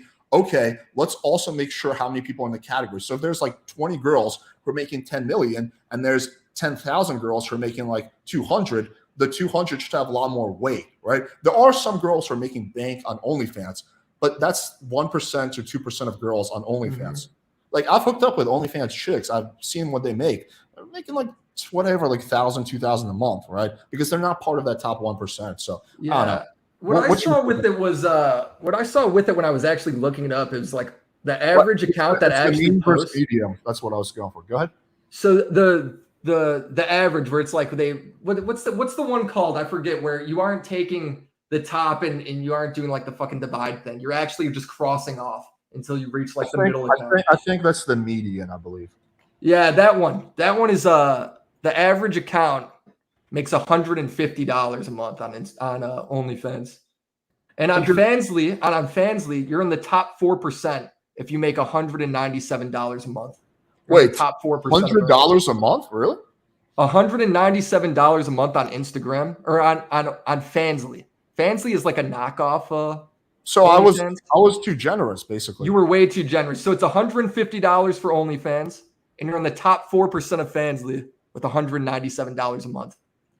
Like, dude, there's not that many people doing it. Like, they talk like every fucking girl that grows up in a fucking cornfield is able to make thousands of dollars doing shit. It's not true. It's just not true. Well, they paint a massive caricature what a modern woman is, right? And there are some women who fall to this category, so they will support it. At the end of the day, the vast majority of women don't have an OnlyFans. The vast majority of girls are not influencers who are making money off of Instagram. The average woman is either pursuing higher education or working a job or pursuing her career or maybe traveling, right? They're not fucking getting flown out by billionaires to Dubai. They're not fucking random dudes on OnlyFans. It's just like, that's a very small percentage of girl, right? But they act like that's like a massive percentage of women, which is not. Like, it just isn't. And anyone who actually goes out and dates girls in the real world knows that's not true, right? Guys, if it was true and you could really make like every girl could make $5,000 a month doing OnlyFans, everybody would. There's a reason, like, in real life, you might only meet like a couple that actually do that shit. Well, at the end of the day, the vast majority of women don't want to be on OnlyFans regardless of the money. Yeah. Because they like, they don't want their family to see it, or just because, they feel it's like insulting to their, like intelligence, right? Like, I think if I asked my girlfriend, like, hey, do you want to create an OnlyFans together? She would say like, no, like, I'm pursuing my career. And that's like, I think I'm worth more than sex, right? Like, that's kind of like the sign of like healthy self-esteem. I mean, there's nothing wrong. I've hooked up with chicks who do OnlyFans, but I would say like, fuck, if I hook up with like 100 girls, maybe 2 or 3 of them do OnlyFans. It's a small percentage. Yeah. It's not a big percentage. Under 10%, that's for sure.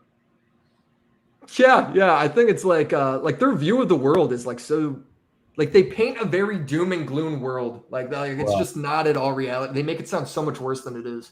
I mean, the idea that 50% of girls in Iowa are getting flown out to Dubai is so crazy, I have bro. Ever heard 50 fucking percent? It's not even 5%. It's not even 0.5%. I went to college. I got a bunch of friends that went to college.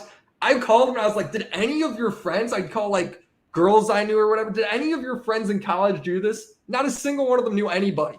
It's crazy. I mean, but they're living in this like delusional universe, right? Where they're only, they need to paint that world for their audience. They need to. That's their brand. But I guess, sure, but I feel like you don't have to. Like how does that benefit anyone if we all think that every girl's on OnlyFans? I mean, I guess because you get like, because if you get people angry, if you get a bunch of people angry and tune into your show every week, that's more impressive than if you make them laugh. Because if you make them laugh, somebody will laugh and move on. If you make somebody angry, they will sit there and get into it. Right. But yeah, I do agree. I think, again, like, to anyone who has like, who goes out and dates a lot of girls, all this stuff is like laughable, right? Like, I have a lot of friends from high school who are like, or not a lot, but a few friends from high school who are not like, they're not in this community, but they're, pretty decent with girls. They've been in a lot of relationships, they've dated. And like, if I was like, when I tell them this stuff, they're like, wait, are these people crazy?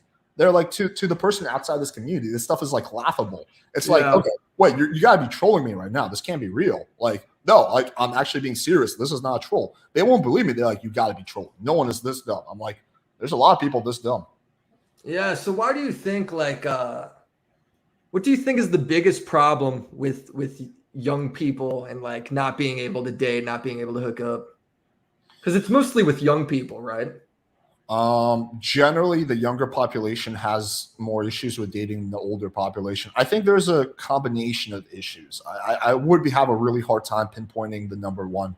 I don't know what the number one is, but I think it's several issues.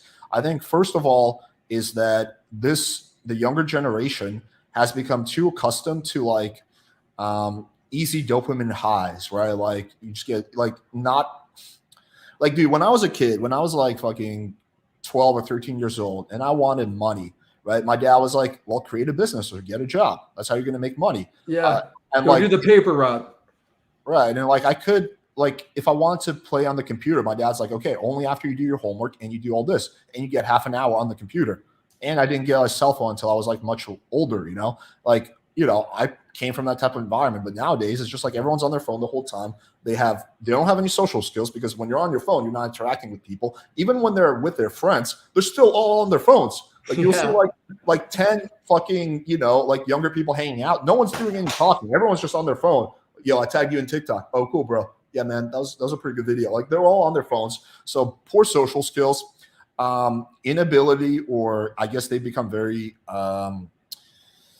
unexperienced with putting in the work and delayed gratification. I think because dating is delayed gratification, because if you suck with girls, you're not going to go out there and crush it with girls. You have to have delayed gratification ability because it's going to take time for you to develop your social skills and whatnot. I think also there's a lot of bad information out there. So guys are falling down all these like rabbit holes, the SJW blue pill rabbit hole, the red pill rabbit hole, the black pill rabbit hole. And just because of the way like the internet works, the stuff that's more polarizing is going to go to the top of the algorithm. So that's not really helping matters. So guys are following the wrong information. I think that guys are just giving up, and like literally like the statistics on incels are like very concerning.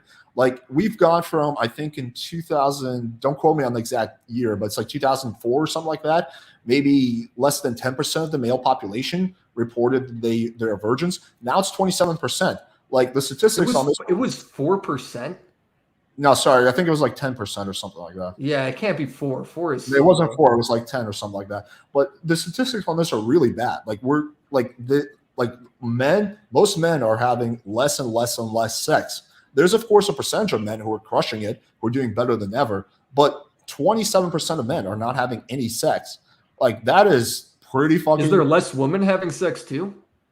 I don't think so. I could be wrong because I've never really That's looked into that, but interesting. I don't think so. I just think it's like, you know how the saying, the rich get richer, the poor get poor? I just think like it's the same way with like pussy. Like pussy's kind of like going to the top. So there's a small percentage of guys who are having a lot of sex. Then there's like, another 50-60% who have girlfriends, or they're having maybe a few one night stands. And then there's the bottom like 40% who are having close to zero sex. Yeah, I mean, I completely agree. I think that's a really good analysis, although I don't know any of the numbers, of course, of any of that shit. But I think the other point too is like I had somebody like over the years I've had like a fan that'll ask me something like that, or like jump in a Discord and ask me a question like that, of like how do I get a girl? I'm in the friend zone. We had a friend zone question here, and like a big thing is like they always go, I mean I don't know, I'm nice. I'm like, well, what do you bring though? And they're like, well, I'm nice. It's like, dude, being nice is the bare minimum. Everyone is fucking nice. You got to bring more to the table than just being like a nice guy. Like the best way to get, if you want a girl to like have a crush on you, you just got to look like you're the one enjoying yourself the most. And that's half the battle. They'll want to hang out with you if you look like you're having fun. If you're the one that's smiling all the time and you're the one making a joke and just being outgoing. Sure, people gravitate towards vibes, right? Even Yeah. like, for example, me, right? Like if I have like two fans who want to meet up with me, one of them is like really fun and lighthearted and like cracks a lot of jokes. One of them is like really depressed. I'm gonna pick the guy that's fun, right? Because like that's the kind of vibe you want. That's the kind of conversations you strive to have. So yeah, I mean like that, that's part of it. I don't know if it's 50%, but it's definitely a part of it. Okay, this Well, dude said, you can't just be like I'm the nice guy. Like yeah. that's not enough. Also, typically, the nice guys aren't actually nice. So I think being nice is when you're doing something out of the kindness of your heart because you want to. But a lot of these nice guys are being nice because they want pussy. They think it's going to get them laid. And I don't think that's genuine, like, kindness. That's kind of like slightly manipulative, If you're like, I'm just going to be nice to this girl, so eventually she gives me pussy. One, it's very, very ineffective. But two, I don't actually think, like, I consider myself someone who's very nice. I'm generally very nice to, like, all the people I interact with some small exceptions, right? But Yeah. I'm not being nice because I want pussy from the girl, right? I'm being nice because that's like my nature, right? But there's, I'm gonna be upfront about what I want. I'm not gonna say like, hey, I want your pussy, but you get the gist of it. Women inceldom went up by like 4% or something. Okay, so maybe it went up a little bit, but male inceldom has gone up by like fucking It's doubled. 20%. So yeah, I mean, it stands to reason if like less men are having sex, that maybe less women are having sex, right? Because like, but the point is that males it went up It's significantly. not. Yeah, it's not the same. Yeah. Okay, what other questions do we have? I wholeheartedly agree that the Manosphere ended up being some kind of deep transformative shit projected on society. On the second part of it, yeah, there's a lot of projection that you see going on. What do you think of like the weird did you ever see Sneeko go on that rant where he talks about like taking people from fresh and fit and then turning them into like Nick Fuentes? People like he called it the red pill pipeline. No, tell me about it. Yeah, his whole thing was like, well, for like the way we got to market to the masses, the truth. He always says the truth, and the truth essentially, when Sneeko says that, just means the fucking Jews, right? And like to a degree, like that's essentially all he means. And yeah, no, he goes on a big rant about how do we get people in? Well, a huge panel of girls on Fresh and Fit. We kind of casually bring it up there. Then they start watching me, and then Nick, I'll introduce them to you. And it was like a literally like thought out plan that he believes in and that he's executing on. And I'm like, this is so crazy that you're so upfront with it. Sounds like an evil villain like James Bond planned. He said that publicly? Yeah, I have it in my video. We probably watch it right now. Who the fuck would ever admit to wanting to introduce their audience to Nick Fuentes? That's like the worst look ever. Oh, dude, did you see? There's a clip of Nick Fuentes going on Adam 22 with Sneeko, and he goes,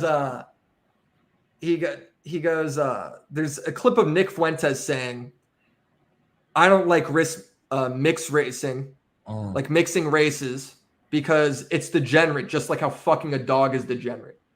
Right? And Sneeko goes, and Adam's like, "Yeah, that sounds kind of racist, Nick." And Sneeko goes, "Oh, Nick was just making a joke at the time." And Nick goes, "No, I was not making a joke. No." And he corrects himself, says what he believes. Adam's like, "Yeah, that's fucked up." And Sneeko goes, "Yeah, see, guys, it was just a joke." It's like, dude, he's telling you it's not a joke. The mental gymnastics that Sneeko will do are insane. And yeah, Sneeko's also mixed race, bro. Yeah, he's mixed race. That's the funny part. What? This dude literally thinks that your parents were degenerates just because they like breed out. You exist. You're a product of the degeneracy that he thinks shouldn't exist. Yeah. It's one thing if nobody thinks it's wrong if you're somebody where you're like, I'm only attracted to black girls. That's who I want to be. Or I want to have a white kid. So I'm only gonna end up marrying a white. Nobody is judging you for that. Well, it's the fact that you think all mixed racing is degenerate is where that shit gets racist, bro. Yeah, no, that's racist as fuck. Yeah. What I was gonna say is something about Nick Fuentes. I was gonna say something about him. Oh, here's a take I had that some people, a small amount of people in my community gave me pushback for, and some people agree. I think Nick Fuentes is secretly gay.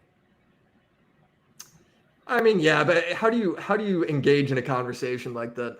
It's hilarious. I wouldn't be surprised. I mean, the guy talks about very publicly about how like fucking woman is gay unless you're married. So, I mean, I don't know, man.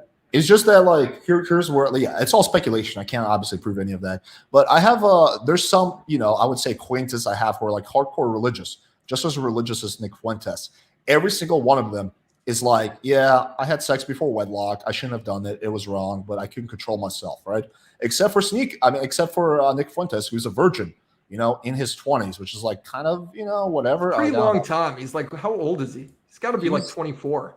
25. He's mid-20s, yeah, mid-20s. But also just like, I don't know, it's like kind of a vibe thing, but just like his mannerisms and the way he talks, like it wouldn't surprise me at all if that dude is secretly gay. Because he's pretty flamboyant, isn't he? He's pretty flamboyant. Do you know who Jesse Lee Peterson is? Oh, yeah, that guy's hilarious. Yeah, so I debated that dude once. You know about all his Did you? Dude, I'm actually so fucking jealous, man. He did the Destiny is a woman's name meme. Yeah. Dude, I got him to rage quit. Did you? I gotta see that, man. It was definitely one of my most interesting debates. But basically, the long and short of it is that Jesse Lee Peterson is gay, which is fine. There's nothing wrong with being gay, but he's like hardcore in denial about it. And he like projects his like suppressed sexuality on other people, which is like really, really fucking bizarre. But there's like been at least like fucking 5 or 8 different dudes who don't know each other who have all come out with the same exact story. And the story is really fucking creepy. Okay, I was watching when I was researching for that debate, I was like deep diving into like what people were saying. This one guy's like literally saying this. Okay, listen to this shit. He's like, yeah, I came to Jesse because I was looking for guidance. I've been somewhat Christian. I wanted guidance and someone recommended him. I came to him and Jesse told me I should start going to the gym. Okay, pretty base advice, right? Nothing wrong with going to the gym. So this guy starts going to the gym. And then Jesse was like, hey, I want to see your progress. So let me see your gains. So I would take my shirt off once a week for Jesse and he would look at my abs. Okay, we're getting a little fishy, right? So we did this for about a month. And then about 5-6 weeks in, he was like, hey, I want to make sure you're not skipping leg day. Why don't you take off your pants too? Okay. No, is that actually confirmed? I swear to fucking God. Starting to get really fucking weird now. Okay, like it's fucking. So this dude takes off his pants. So they do that for like another month. And then one day, when basically it was like a ritual, once a week, the guy would take off his pants. Jesse would, make sure he's not skipping leg day. And one day when Jesse was examining his legs, he grabs his penis, right? And then the dude, I guess, gets like somewhat of a boner. And Jesse's like, why are you getting hard? And he's like, dude, because you're touching my penis. He's like, bro, that means you got the devil in you. Don't worry. I'm going to help you get the devil out. His idea of getting the devil out was fucking him in the ass. Dude, that is not a real. You can watch the video yourself, man. Is that confirmed with like DMs or anything? I don't think so. But no, I don't think. But there are ways that it is confirmed in other ways. Like, for example, Jesse posted some really homosexual porno on his Twitter. Can I send you a message? How do I send you a picture? You can. I don't want to get my number live, but you can email me. I guess I'll give you my number. Let me email you this real quick, and I want you to read this. Okay. But dude, I this is all fucking true. Like this is all statements of fact, man. It's fucking insane. Dude, this tweet from Jeremy is so fucking funny, dude. Who's Jeremy? He's the quartering. Do you know who the quartering is? Oh, right. He's the nerdy dude that like talks about how science in Lord of the Rings doesn't make sense. Okay, let me see.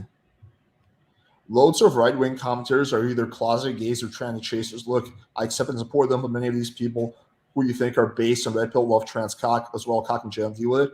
It's true. It is fucking true. That is a base. He's like fucking outing people. That is true. Like there's no fucking denying that. He deleted all of that. I was so sad when he did. Here's kind of what I've noticed, and just like my life experience is this. Whenever I see someone being really, really anti-gay, they always turn out to be gay. Always. Like I had a friend. Yeah, that isn't rare. That does happen. I had a friend in high school. He was like super anti-gay people. He would like go on these rants and be like, dude, like, why do you care? Just let them do their thing. It's like kind of weird that you're obsessed with gay people. What happened after high school? Came out of the closet, turned out to be gay. I just see this pattern over and over and over again. Because I think straight people don't really care that much about like what other people like. As a straight guy, I don't give a shit if you're fucking another dude. It doesn't really matter to me. Like you do whatever the fuck you want. So if you're like overly obsessed with it, right, and you're just like that's the only thing you focus on, there's got to be a reason for that. Yeah, I don't really understand it just from like a, just from like a sense of like, look, even if you're a super religious person, you're like everybody who's gay goes to hell or whatever, right? It's like. It also says like all over the Bible and shit, like don't judge. Like God will do the judging. You fucking focus on yourself. Well, they cherry pick the parts they like, and then yeah. It's like, bro, they just clearly want to fucking shit on them, because they don't like it or they don't understand it or whatever. Or maybe they are closeted. I don't fucking know. But I don't know. I'm so fucking sick of constantly just hearing like the fucking gay debate. I don't give a shit. Yeah. I don't care. I'm exhausted by it. Yeah, I don't give a shit either. Why do you guys think that 20% of Gen Z identifies as LGBTQ? I think it shows homosexuality has little to do with nature and more to do with nurture. I think homosexuality is primarily nature for sure. But I don't know. Do you have any takes on that? I mean, I think it makes sense if I'm raised in a place where everybody's making out with the same sex or whatever, I'd probably be more into that. Like, weren't the Vikings a lot more like that? Whereas, meanwhile, in England, that wasn't the case. So, I mean, sure, maybe. I don't fucking know. I mean, there might be some culture effect, but I think that here's my take. I think primarily is because there was always a lot of like LGBTQ, which is a very broad, by the way, thing that includes Yeah. lesbians, that includes gay guys, that includes I think bi people, right? Like a lot of girls are bi, like a lot of Hmm. like my girlfriend is technically bi, right? Like a lot of people, a lot of women are bi, so it's a very broad thing. I think there was always a lot of women who were bi. I think there was always some percentage of gay people, but it was never accepted to say that. 30, 40 years ago. And now that, so the amount of like gay and lesbians has stayed more or less the same. It's just that they're a lot more vocal about it now and they're more like willing to talk about it, versus back then people were a lot more repressed. I just personally don't buy this idea that you can make a straight person gay through like, culture. Because No, no, I don't think. Well, I mean, I don't know, man. Like it. Yeah, that's a weird thing because I'd have to look at studies, but I can picture like I can picture like if you're in an environment where everyone's doing that and you're raised that way since you were a fucking kid, I can picture you being like, well, it's normal. Like yeah, maybe I guess I'll do it too sometimes. I don't fucking know. Like I don't think that's bad either. I don't think it's bad if it's one way or the other. I don't really give a no, shit. it's not bad. There's no like, I No. don't think it's bad at Yeah, I all. could see it. I could see it being a little bit of both because there's also people that I know where it's like I've seen like there's one kid I grew up with, dude, where his family was religious, whatever. There was no anything like his house was like anti gay anything, right? And man, I knew since the third grade that he was gay. Like he just was it, and sure enough, he came out as it like later after high school and everything, man. All right, but So Willie, I think it's both. what if I was to put you in jail, like a Mhm. quasi jail with just nonstop homosexuals, right? But we're not talking like rapey ones. We're just talking Yeah. like, oh my God, Willie, you Yeah, have it's like type just of a ones. super fun jail. Right. For 5 years, right? You're surrounded by gay people. Would that actually make you become gay? No, I don't think so. Because I'm a fucking adult, right? Like like everything's set in at this point. Okay. So you're But saying I think if you're you saying like if you're a kid and you're raised in Disney, everybody's fucking making out every different way. Then maybe I don't know. okay, so you're saying it doesn't really apply to adults, it's just kind of kids when you're more vulnerable to I other think it's harder to like shake an adult's core beliefs and like how they identify because you got it. You like by the time you're older, you kind of figure it out. You're in your way. You're in your beliefs with some core values. Um, Whereas when you're younger, I think it's easier to do that. That's why you see like college kids all the fucking time doing that shit. And then by the time college is over, it's like you talk to some like chick and she's like, yeah, I used to be bi. I'm done with that now. Like it's like a phase or whatever. Yeah, I just think that the 20% number is heavily influenced by the amount of bi girls out there. Like, I don't know, like from my personal experience, and it could be I might have a sample bias, like at least one of the three girls I date is like open to having sex with another girl and would probably identify as bi if asked the question. At least one out of three is like, yeah, you know what, I primarily prefer guys, but I've made out with girls. I find girls somewhat attractive. So that, like, I think really so what I would be more interested in seeing is like straight up like gay people and lesbians versus bi people, and seeing especially Yeah. bi women and seeing what that number goes down to. I would speculate it would go significantly down under single digits, but yeah. Well, I think the reality is too. Like, look, the nurture argument is impossible to make, right? Because there's not really any stats on that shit yet. It's such a fucking new thing. Um, but in terms of like, there's a lot of people that were closeted and were afraid to come out because of social pressure that don't feel that way anymore, and that's why you see more LGBT people. Like, that's like the 100% reality of what is going on to a degree. And I think that's a good thing. I think Yeah, I people think should it's be. a good thing too. But I'm saying like when people act like there's less gay people. I mean I mean odds are like just more of them were closeted. Like Yeah, now it's just that's my not as argument. scary to come out. Yeah, that's my argument. Yeah. Is that No, I agree with you on that sense. Is what I'm saying. yeah. You're right. Alex, just because a guy wants pussy means that he doesn't genuinely like the girl. Come on, being nice doesn't work, but we don't need to nice guy shaming. I don't feel like I'm nice guy shaming because a guy wants put doesn't mean Being nice does work. You just can't only be nice. Being nice is you gotta almost be nice. kind. I think is a better way of phrasing it. You should be kind. Yeah. There's a difference between being kind and being a nice guy. Just because a guy wants pussy means that he doesn't. I don't really understand this question. What's referred to? Rephrase that because I don't really understand what you're talking about. Okay, what else do we have?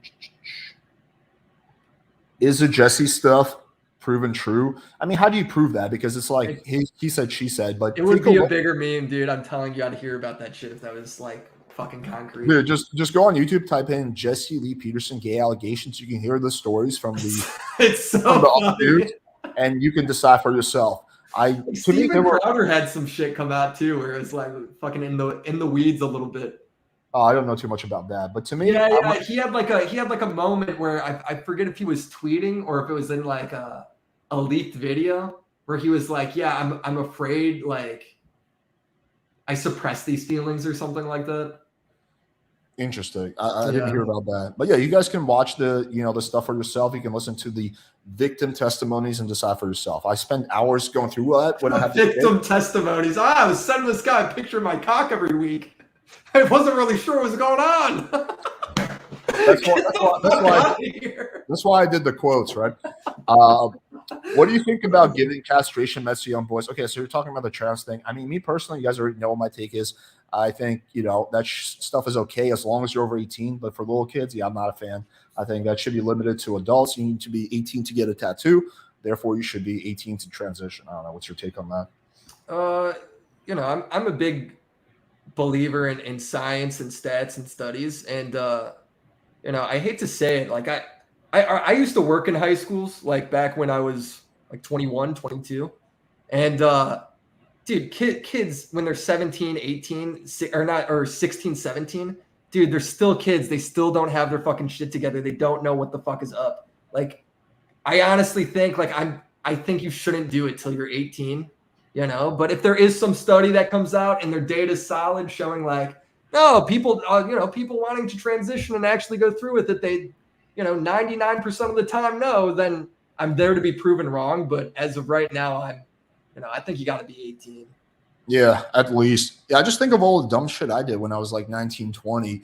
Like, yeah, like I do feel like your brain doesn't fully develop until you're in like your mid 20s. Well, you're still figuring out yourself. Like you hear all the time, like people that go to college and don't even fucking know who they are until they're, done with that shit. Yeah. Ethan Klein said it's okay not to work out because we all die one day. That's a excellent. Have you ever done a video on Ethan Klein? Yeah, I've done a bunch on him, man. He was like a punching bag for a while. The problem with like him is like everyone in our community, because we are commentary, so he was like kind of the granddad of our community in some ways. Everyone's just sick of talking about him, but he's always saying the dumbest shit. He says some dumbass fucking shit. Yeah. I mean, yeah, we all like that is like a nihilist thing to say. Like, he would be 100% happier if he worked out. I feel like 5 or 10 years ago, he was actually like not that bad. He was pretty good. He just like really went down like the SGW like fucking rabbit hole. Yeah, he was awesome, and then he just got really political, man. Like he was a big believer of like think for yourself and common sense and all that shit. Now all he does is spew like left-wing political like talking points. Well, I don't think Sneeko was ever based, but he definitely used to be a lot better. There's a funny video like a year and a half ago where he like learns about Andrew Tate, and he's actually giving like pretty base criticisms. He's like, oh, he wasn't, dude. I've seen this video. All right, he's seeing a video for the first time, and he's going, man, these guys are kind of stuck up and proud of themselves. Yeah, but he's not really like saying anything profound or anything. He's just. He's giving a video. He's watching it for the first time, and that's not gonna say anything profound because he's a dummy. But he was saying things like he was at least like giving somewhat of a criticism. He was like, "Oh, I don't see why you have to like have a $10,000 watch, guys. It doesn't matter, it's just a watch. That's a waste of your money, right? Like, guys, I don't see what the focus is on. Like, money. Like, I think this guy's like way too obsessed with money. Like, I find that kind of silly. Like, again, it was a step in the right direction, but it obviously wasn't like completely to the mark. But the point I'm just trying to make is that like. A lot of these content creators, instead of going uphill, they go downhill. Yeah, I mean, I think with him, it was like, I think he was the perfect person like Tate was trying to speak to in a way where it's like he went through an embarrassing thing with like his girl and like the girl that he loved, right? Like cucking him or whatever. And then, Tate's message was just like perfectly directed to Sneeko. Sneeko wants to be rich. Sneeko wants all the girls. That sort of shit. Yeah, there's a really funny cartoon video on Meat Canyon where they're like, did you see that one with Andrew Tate and like dude, yeah, Meat Canyon's amazing, bro. Yeah. There's a really funny that I recommend you guys check it out. Should depression meds be prescribed without measurable scientific objective tests only? This thing is there's no way to scientifically objectively test depression. So essentially, if we follow that, no depression meds would ever be prescribed. And depression meds are definitely, I think they're overprescribed, but they're definitely very beneficial for a good amount of people who are struggling with that. So there's no test. That's the thing. You can't really measure depression. Yeah, I think too. Like my big like our big thing is like with the I'm assuming this is a way to like kind of be a sly remark towards like what we said about transitioning underage. Is what this person's referring to. Like the big thing is like you aren't permanently doing something to your body with meds, right? You are with medically like doing the medical surgery. So that's the only reason I say 18. Yeah, I mean, I've like been pretty public about this, but like I've taken, depression meds, right? And I wasn't depressed. I had like pretty bad OCD as a result of other illness that I developed. So it was really helpful because I was just used to have these nonstop thought loops that no amount of meditation would help me get it. And then when I started taking Lexapro, like really helped me a lot. So like depression meds can be very beneficial, if used with caution in the right situation. So I don't know. I hate like the fucking shame and stigma that comes with like, like depression or anxiety medication. Like, yeah, I mean, I don't have any of that. I've never had to go on anything like that. So thank God. I think it exists because it probably does work to a degree, like the United States has some pretty intense like medical what is it, like regulations when it comes to shit coming out. So I assume it works for some people. Well, it just like they're not all the same, right? So there's like, okay, I'm gonna like briefly nerd out for a second, but there's like different generation, and like the earlier generations, like from the 80s, yeah, they like pretty much really suck. But the newer ones, the SSRIs, not the MAOs, they're actually like somewhat decent. Their results are like, again, they're not perfect. It's not like 80 or 90%, but for half of the people it helps. And then if it doesn't help, then you try a different one. And if that doesn't help, you try a different one. Eventually, you find one that works with your brain chemistry.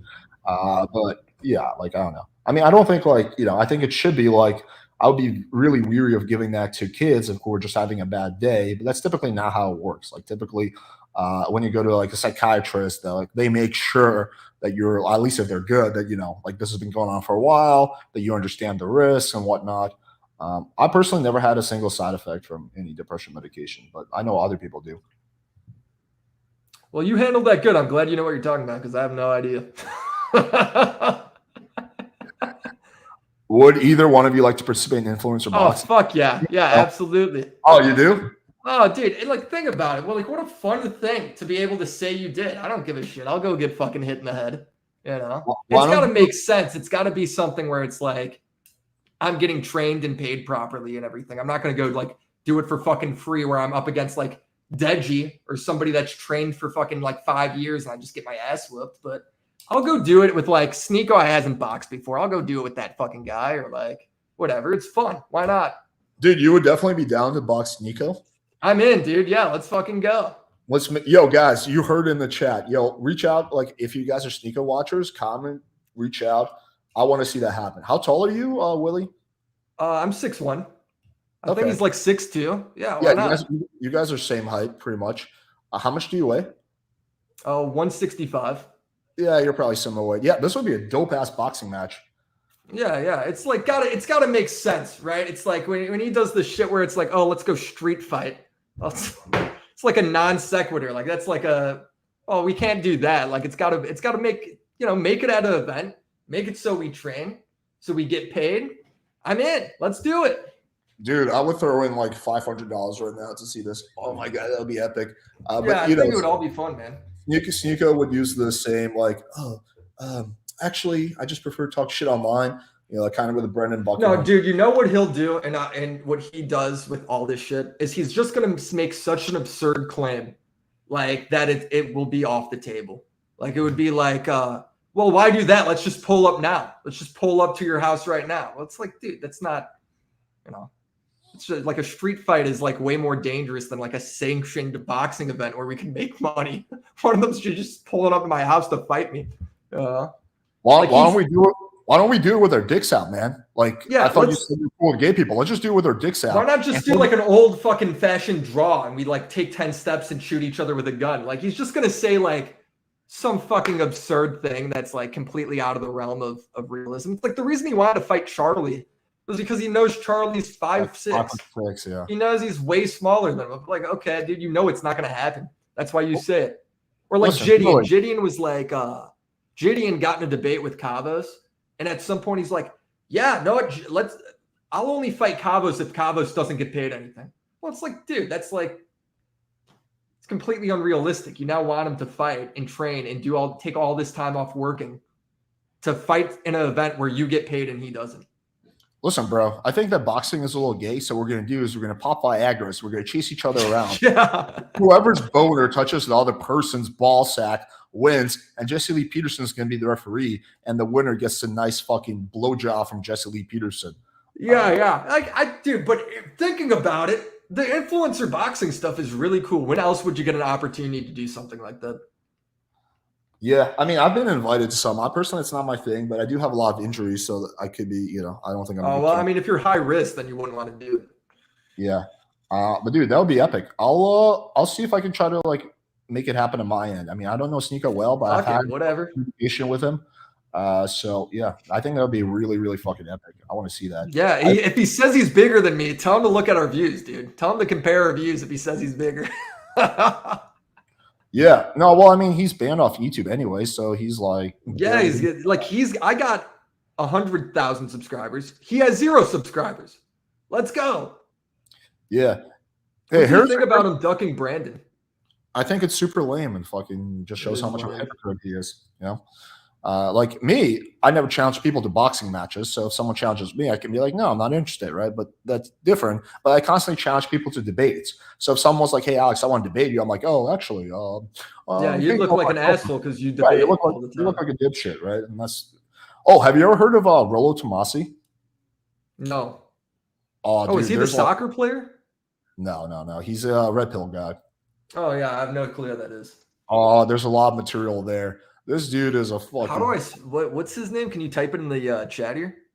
Rollo Tomasi, yeah. Most of my chat, I think, knows who he is. I'll type it out for you. I've done a bunch of videos about him, but this dude is like, he's the guy that like Fresh and Fit and all these other guys basically got their information from. He's like a 50-year-old dude who's married. Who's the old black dude that died and that everybody like is coming to replace? That guy was the guy where I felt like, I mean, he was a little crazy sometimes, but he said some genuinely like decent shit. Yes, Kevin Samuels was a good dude who meant well. He wasn't a fucking LARPer. Yeah. Like he was the dude I was thinking of earlier. Yeah. No, but this guy, Rollo Tomasi, is insane. He literally believes that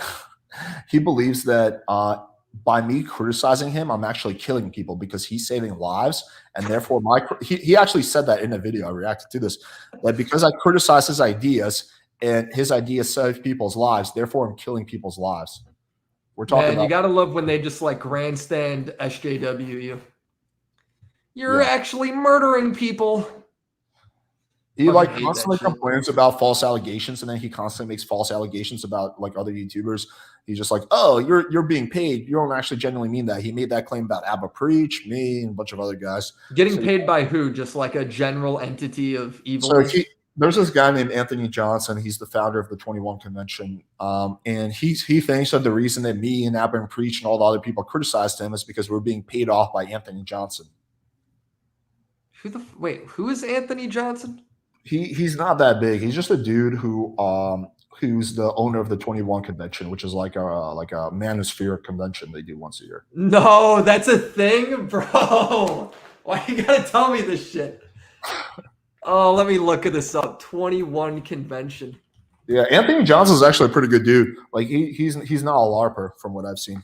He's a pretty, I think, genuine person. I can't believe this space is as big as it is. Like I didn't know like everybody's got girl problems, right? But I didn't know it was like a fucking epidemic. Man, like what the fuck? Oh, shit. Yeah, dude, it is a massive issue, and a lot of guys are really, really fucking struggling with this shit. Alex, I meant that a lot of guys are too nice due to brainwashing and being thirsty, but it doesn't mean that he doesn't genuinely like the girl. I never said that. I didn't say that he doesn't genuinely like the girl. I'm just saying that he's doing the nice guy act because he thinks it's going to get him what he wants. Yeah, Okay. I don't even know what that means. Have you heard of this dude, Rom Willis? I've never heard of this person. What do you think of Rom Willis? I have no clue. Rom Wills. Yeah, I have no clue. Yeah, I've never Like heard. this space, I really only know like the most controversial figures. Yeah. All right, guys. If you have any last questions, get them in now. We're probably going to wrap up soon. I don't know. Is there anything you want to discuss?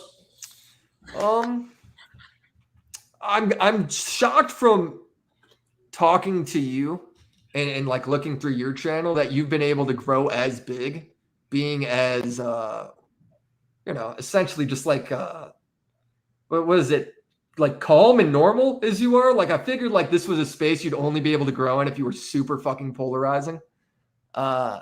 So it is good to see like there's like a normal person out here like giving good advice, that isn't just trying to like piss everybody off and like turn everyone against each other.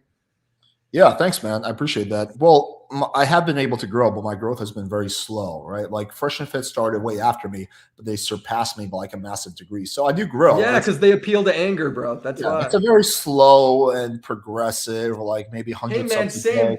YouTube's not a race; it's a marathon, dude. No, I Your agree shit with will that. come. Hey, I have a question for you. How are you getting like 100,000 like views per video, but your subs are not growing faster? My subs have actually grown like a lot. I've grown like 20,000 in 3 weeks. Oh wow. So it's just that's the how algorithm works. When you're getting viewers from like your videos going through the alg, most people on YouTube don't actually subscribe to a channel. They just watch the video and move Right. on to the next video, right? So that's why it's like always important when people say like comment, like, subscribe. I don't really do that often. My growth here is pretty much only from the Sneeko topics gone viral, and I'm the Mhm. guy that's got the most detailed videos on Sneeko. Mhm. Yeah, guys, check out Willie's channel. He's got a lot of really good shit there, and I think I agree with you on pretty much like everything I've seen you talk about in your videos. I mean, I haven't seen. Yeah, I But think to I'm be fair, I pretty. haven't watched like every single one of your videos, so maybe you have some takes that I think are wrong that I don't know about. But from what I've seen, I think like your analysis of like these influencers is really like I think fair. Like you like fuck. It's funny. You like rip on them. You do a lot of research because I know you pull up clips from everywhere. So I can. Yeah. That's why I said you probably spend days doing these videos because I can tell just based on the amount of clips you show. Like you probably someone's got to go out there and search for that. And like that takes fucking time. No, I watch a lot of. Dude, watching the red pill people, the reason these videos take so long is because their content's like fucking hours long. Yeah. You know? Playing with fire. What's better for you, kava or the antidepressants you took? I mean, that's a really tough What is question. kava? Kava is like this drink. It's a popular. Oh, dude, that looks fucking gross. What is that? It also tastes gross. So it's a natural alternative to alcohol. It's popular in the What? South Pacific.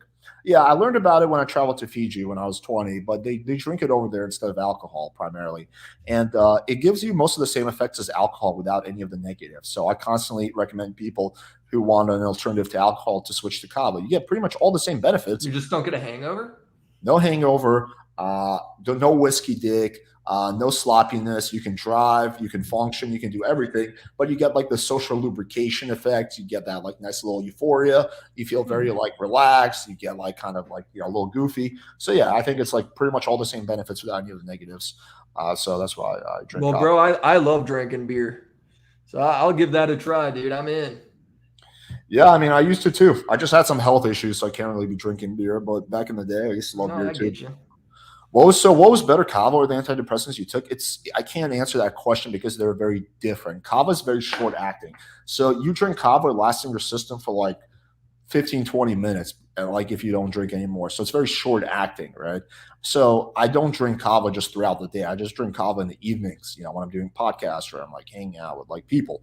But kind of in the same like situation where I would drink alcohol versus antidepressants is more like long lasting effects. So if you just take like some antidepressants, you don't necessarily feel anything. They take time to build up in your system, but you notice that like, okay, this day was a little bit better than the last day. So yeah, they're just too different for me to really compare them back and forth. So I don't know if that's the answer you were looking for, but unfortunately, that's kind of all I have. Alex needs to debate people who are against pickup artists. I actually have one tomorrow, I think. I'm debating this. How are you against a pickup artist? Like, what is that? Like, you're just mad you're talking to somebody. Well, I guess they don't like your tactics. they straw man, right? They straw man a lot of the pickup artist stuff. So they say pickup artist is about manipulating women into having sex with you, which it's not. It can be. Yes. It can be, but pickup artistry in of itself is ethically neutral. It can be done in an evil way. Sort of just what dating is. I mean, dating, I guess, is getting the other person. Yeah. What do they mean by manipulating? Like, they mean like foul play. So here's kind of what the blue pill SJWs believe. They believe that you should just be yourself at all times, and if you're a guy who's not doing good with girls, that you should just keep being yourself, and eventually the right girl will come along. The problem is that quite often she doesn't come along. That's the thing. Yeah. Because if you're a guy who's acting like a loser, you're going to be treated like a loser by all girls. But they believe that, like, no. Don't like change yourself. Keep being yourself because that's genuine to who you are. Eventually you meet the right girl. But it doesn't work that way. As a coach who's been doing this for half a decade, that's not what happens. If you want to get different results, you have to change something. And that's typically, change yourself, right? And you can improve yourself. You can develop more confidence, more charisma, stronger boundaries. All these stuff can be developed, but they don't like that because, again, they just believe that, like what's the biggest criticism you got? You told me, like, I think before the show that it was like, oh, I got blocked once and I like messaged somebody on like another social media just to like. Well, it's typically mostly straw man arguments. Like, they think I hate women, right? Which I'm like, no, like I don't. I feel like your content's like the most base content out there. I feel like it's be respectful and fucking, I feel like you're pretty straightforward. Right, but they don't like really watch my long form content. They watch like a 30-second clip taken out of context and they come to conclusions. Like they'll be like, oh, they'll say things like, oh, you'll never get a girlfriend. I'll be like, well, I actually have a girlfriend now. I'll be like, oh. They'll be like, well, you probably abuse her. I'm like, no, I've never like abused a woman my whole life. Like, what a claim! What a claim! You abuse your girl. What? Yeah, it's like crazy shit like that. Sometimes they go after like my relationship style because I'm in a one-way open relationship. So I mean, like I can have sex with other girls, my girlfriend can't have sex with other guys. Yeah. They typically will say that's unfair, and I'll be like, well, it's something that works for both of us. We're both really happy. They're like, yeah, but it's not fair, bro. Well, I mean, if she's okay with it, I mean, she's okay with it though. Yeah, I mean, that's at the end of the day, that's what matters. I don't know. I mean, you can watch like some of my go back and watch some of my SJW debates, but it's like stupid stuff like that. It's mostly straw man arguments. And then when I correct their straw mans, they typically are like, oh, you're actually not that bad, Alex. You're actually like, shit, I came in here wanting to hate you, but you're actually. Yeah, when you first emailed me, I was thinking, oh, God, am I going on like discount fresh and fit right now? Like, what's this going to be? And then when I watched your shit, I was like, no, he's chill. Yeah. Well, I try to be. I mean, like, I know I can get a lot more views if I do what Fresh and Fit does. I invite some like random drunk bimbo. I get her wasted.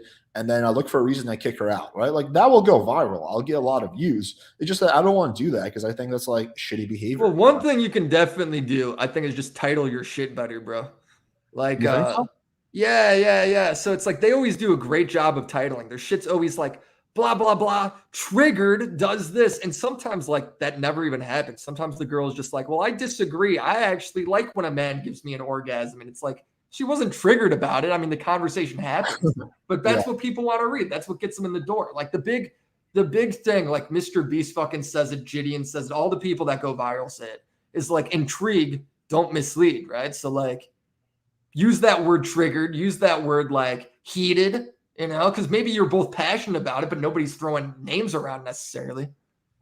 So I think that like you got this titled like Willie Mac Show podcast. Well, bro, nobody knows who the fuck I am. So like feel free to. What do you think I should title it? Willie Mac, fucking heated debate. It could be like Willie. You could have somebody's name like at the end, maybe. Like Sneeko is different because Sneeko went viral, right? So what would you like recommend I title this podcast, for example? So you can name it like nice guys are mad or some shit like that, like about blah blah blah, like simple dating or being nice isn't enough or some shit like that. Like maybe like shit where it's like, what the fuck does that mean? Oh shit, I gotta get in. Maybe Who's like mad? biggest frauds in the Manosphere, and then like the Ash Willie Mac podcast because we talked about that quite a Yeah, bit. it could just be shit like that. It's got to be something where people are like, fuck, man, I need to know. Mm-hmm. You know. Did you know, Matt? I feel you on that for sure. We'll get him on. Alex, what does Willie Mack think of guys who are obsessed with body counts? Why are they concerned about other lifestyles just because of money push? So, what do you think about guys who are obsessed with their body count?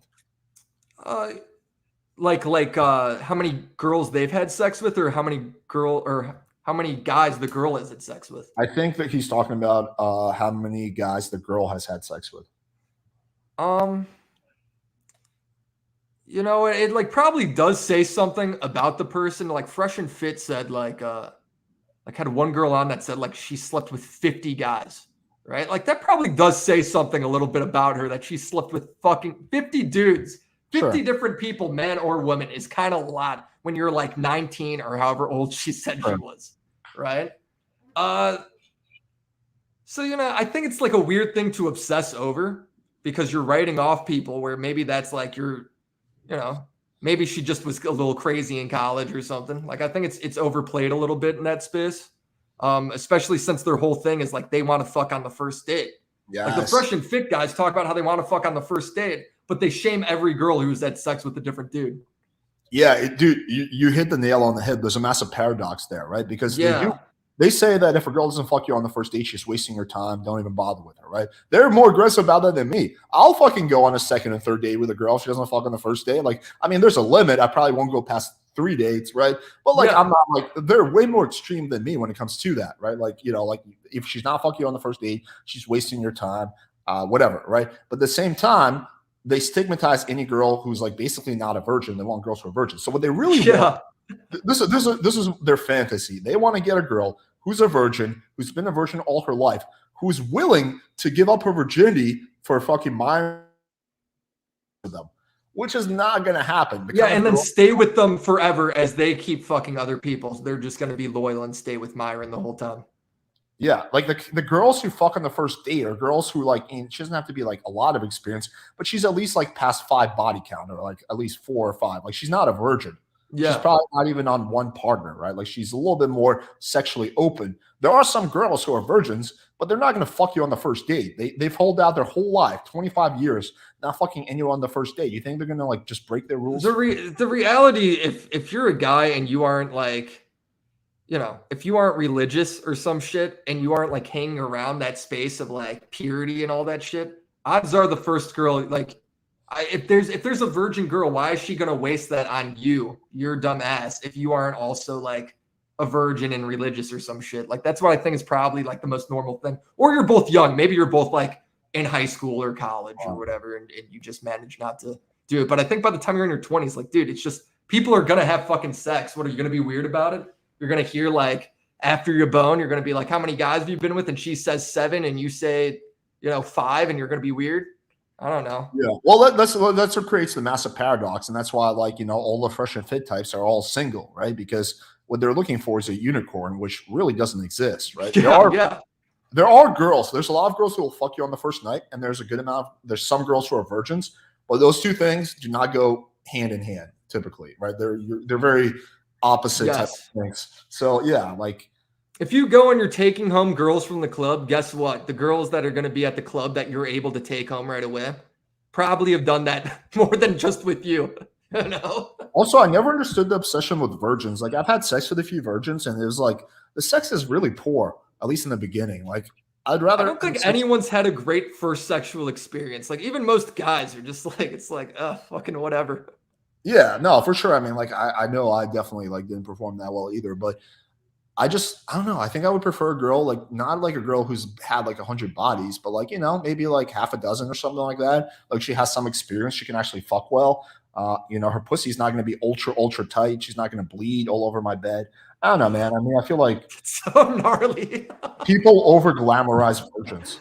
Yeah, I don't know, man. I think they just like, they're doing a weird thing where it's like, I feel like the only reason they say that is because they're kind of religious or whatever, or at least Myron is. I don't think Fresh gives a fuck. No, he doesn't. But it's not. But the thing is, it's not just Myron that talks about it. It's all the red pillars who are like obsessed with like the fucking virgin thing. I mean, I see this in my chat too. I think this guy like actually kind of hit the nail on the head to some extent. Wait, let me pull this up. Uh, the more comments, the bigger chance she's seen a massive schlong.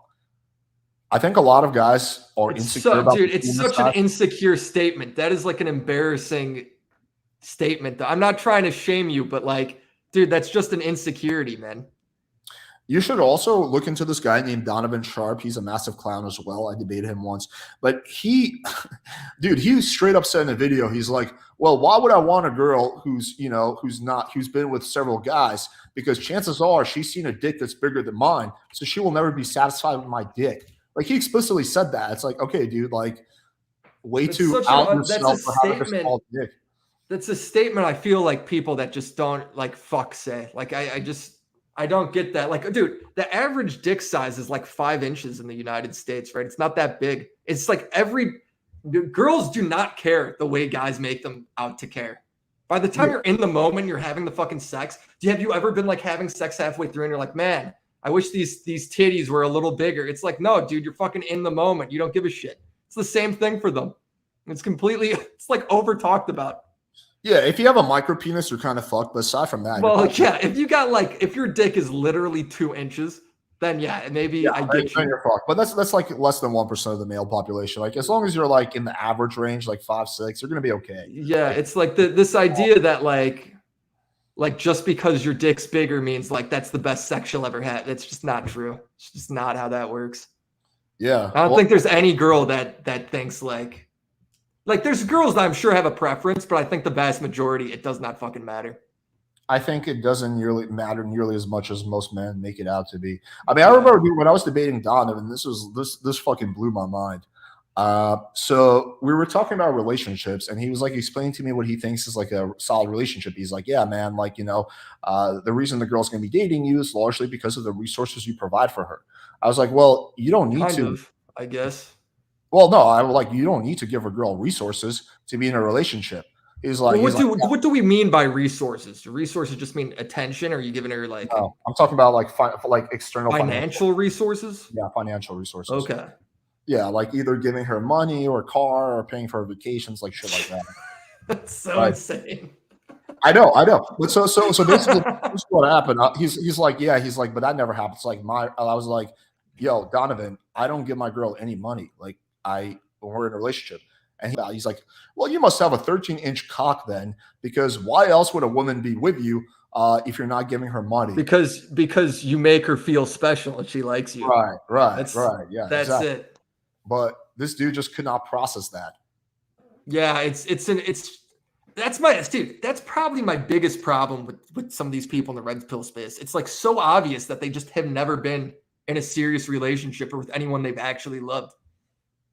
It's like clearly like I don't understand how like Myron can sit there and say like, oh, never make a girl orgasm, or there's no point to ever doing it. Like you like just shit like that where it's like, bro, you've never had enjoyment out of that shit. Like you're weird. Myron has never been in a relationship.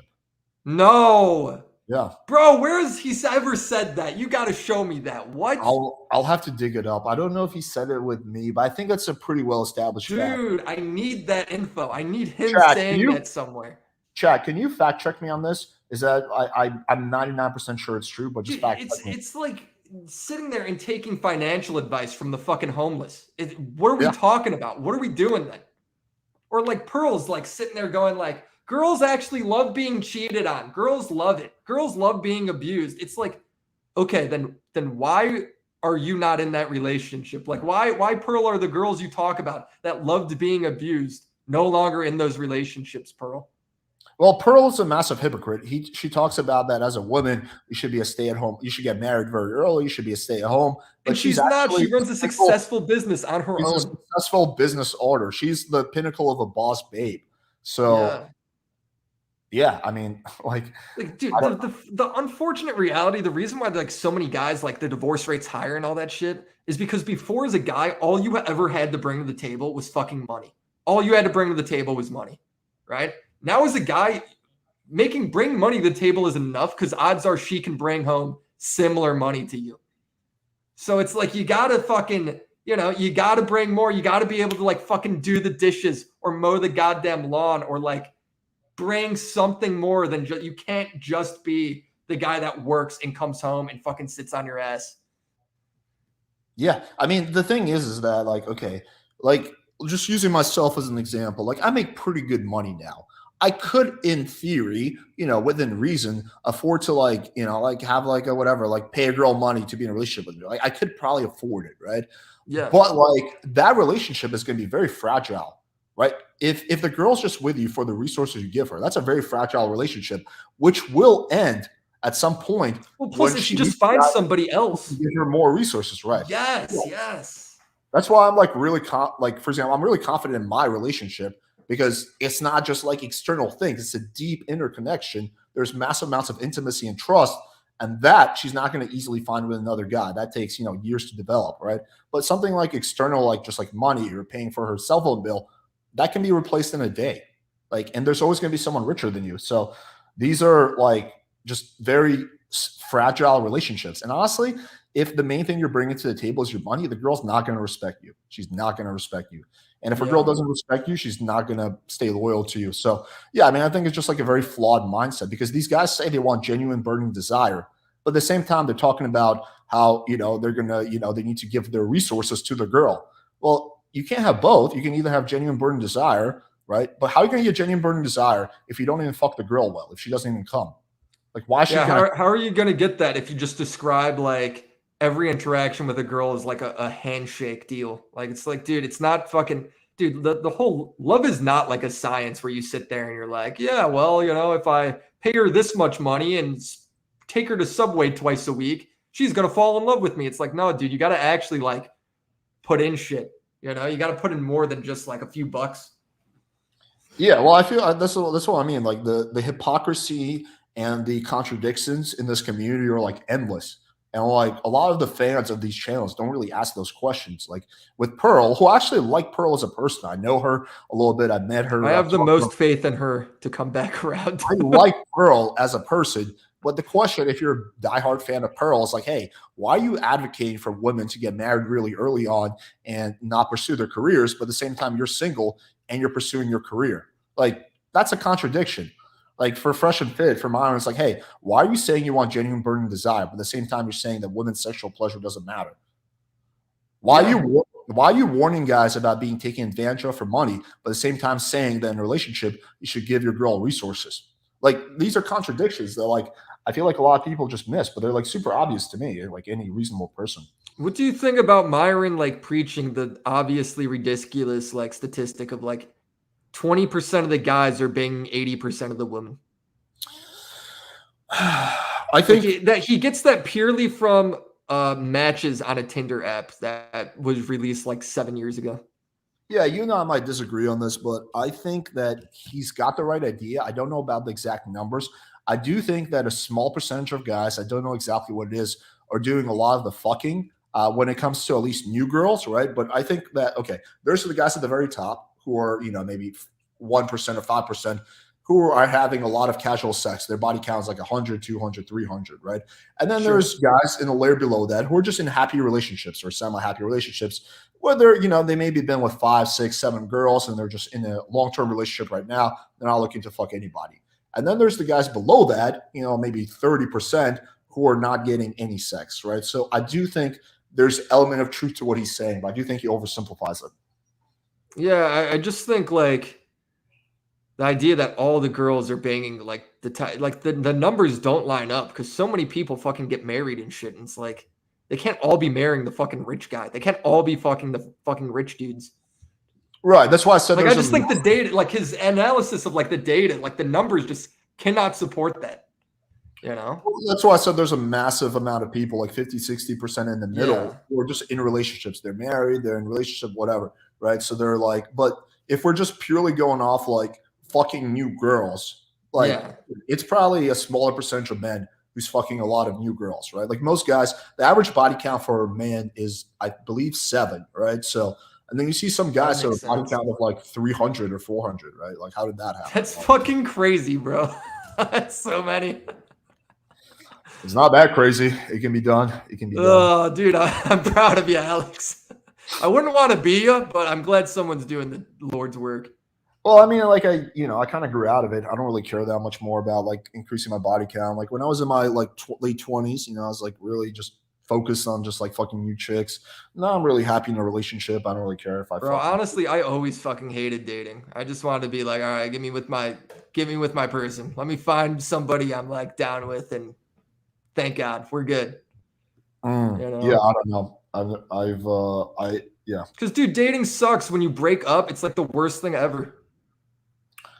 Yeah. Well, I mean, when I was in my 20s, I used to just kind of try to stay away from relationships in general. Well, yeah, you were just hooking up. Yeah, just like fuck buddies and one night stands, Yeah. basically. But okay, cool. We're coming up on 2 hours and 15 minutes. Thank you everyone for joining. Willie, thank you for coming on. Yeah, Do you thanks want to for plug having me on, bro. your channel real quick? Yeah, Willie Mac Show on YouTube. It's fun videos. I think you'll be introduced to some crazy characters, but it's a good time. Yeah, it's good shit. But yeah, bro, I really appreciate you coming on. Tomorrow, guys, we got a fun debate. We're going to be debating a feminist, and we're also going to have Not Forever Guy coming on. So it's going to be a good time. So stay tuned for tomorrow. Also, we're going to drop a really dope video tomorrow that I've been spending a week working on. It's going to be kind of like documentary style, which is not something you guys are used to seeing on this channel. So watch out for that. It's going to come out around 6 p.m. tomorrow. All right, appreciate y'all. Appreciate you, Willie, and have a good night, everybody. See ya. Take care, bro.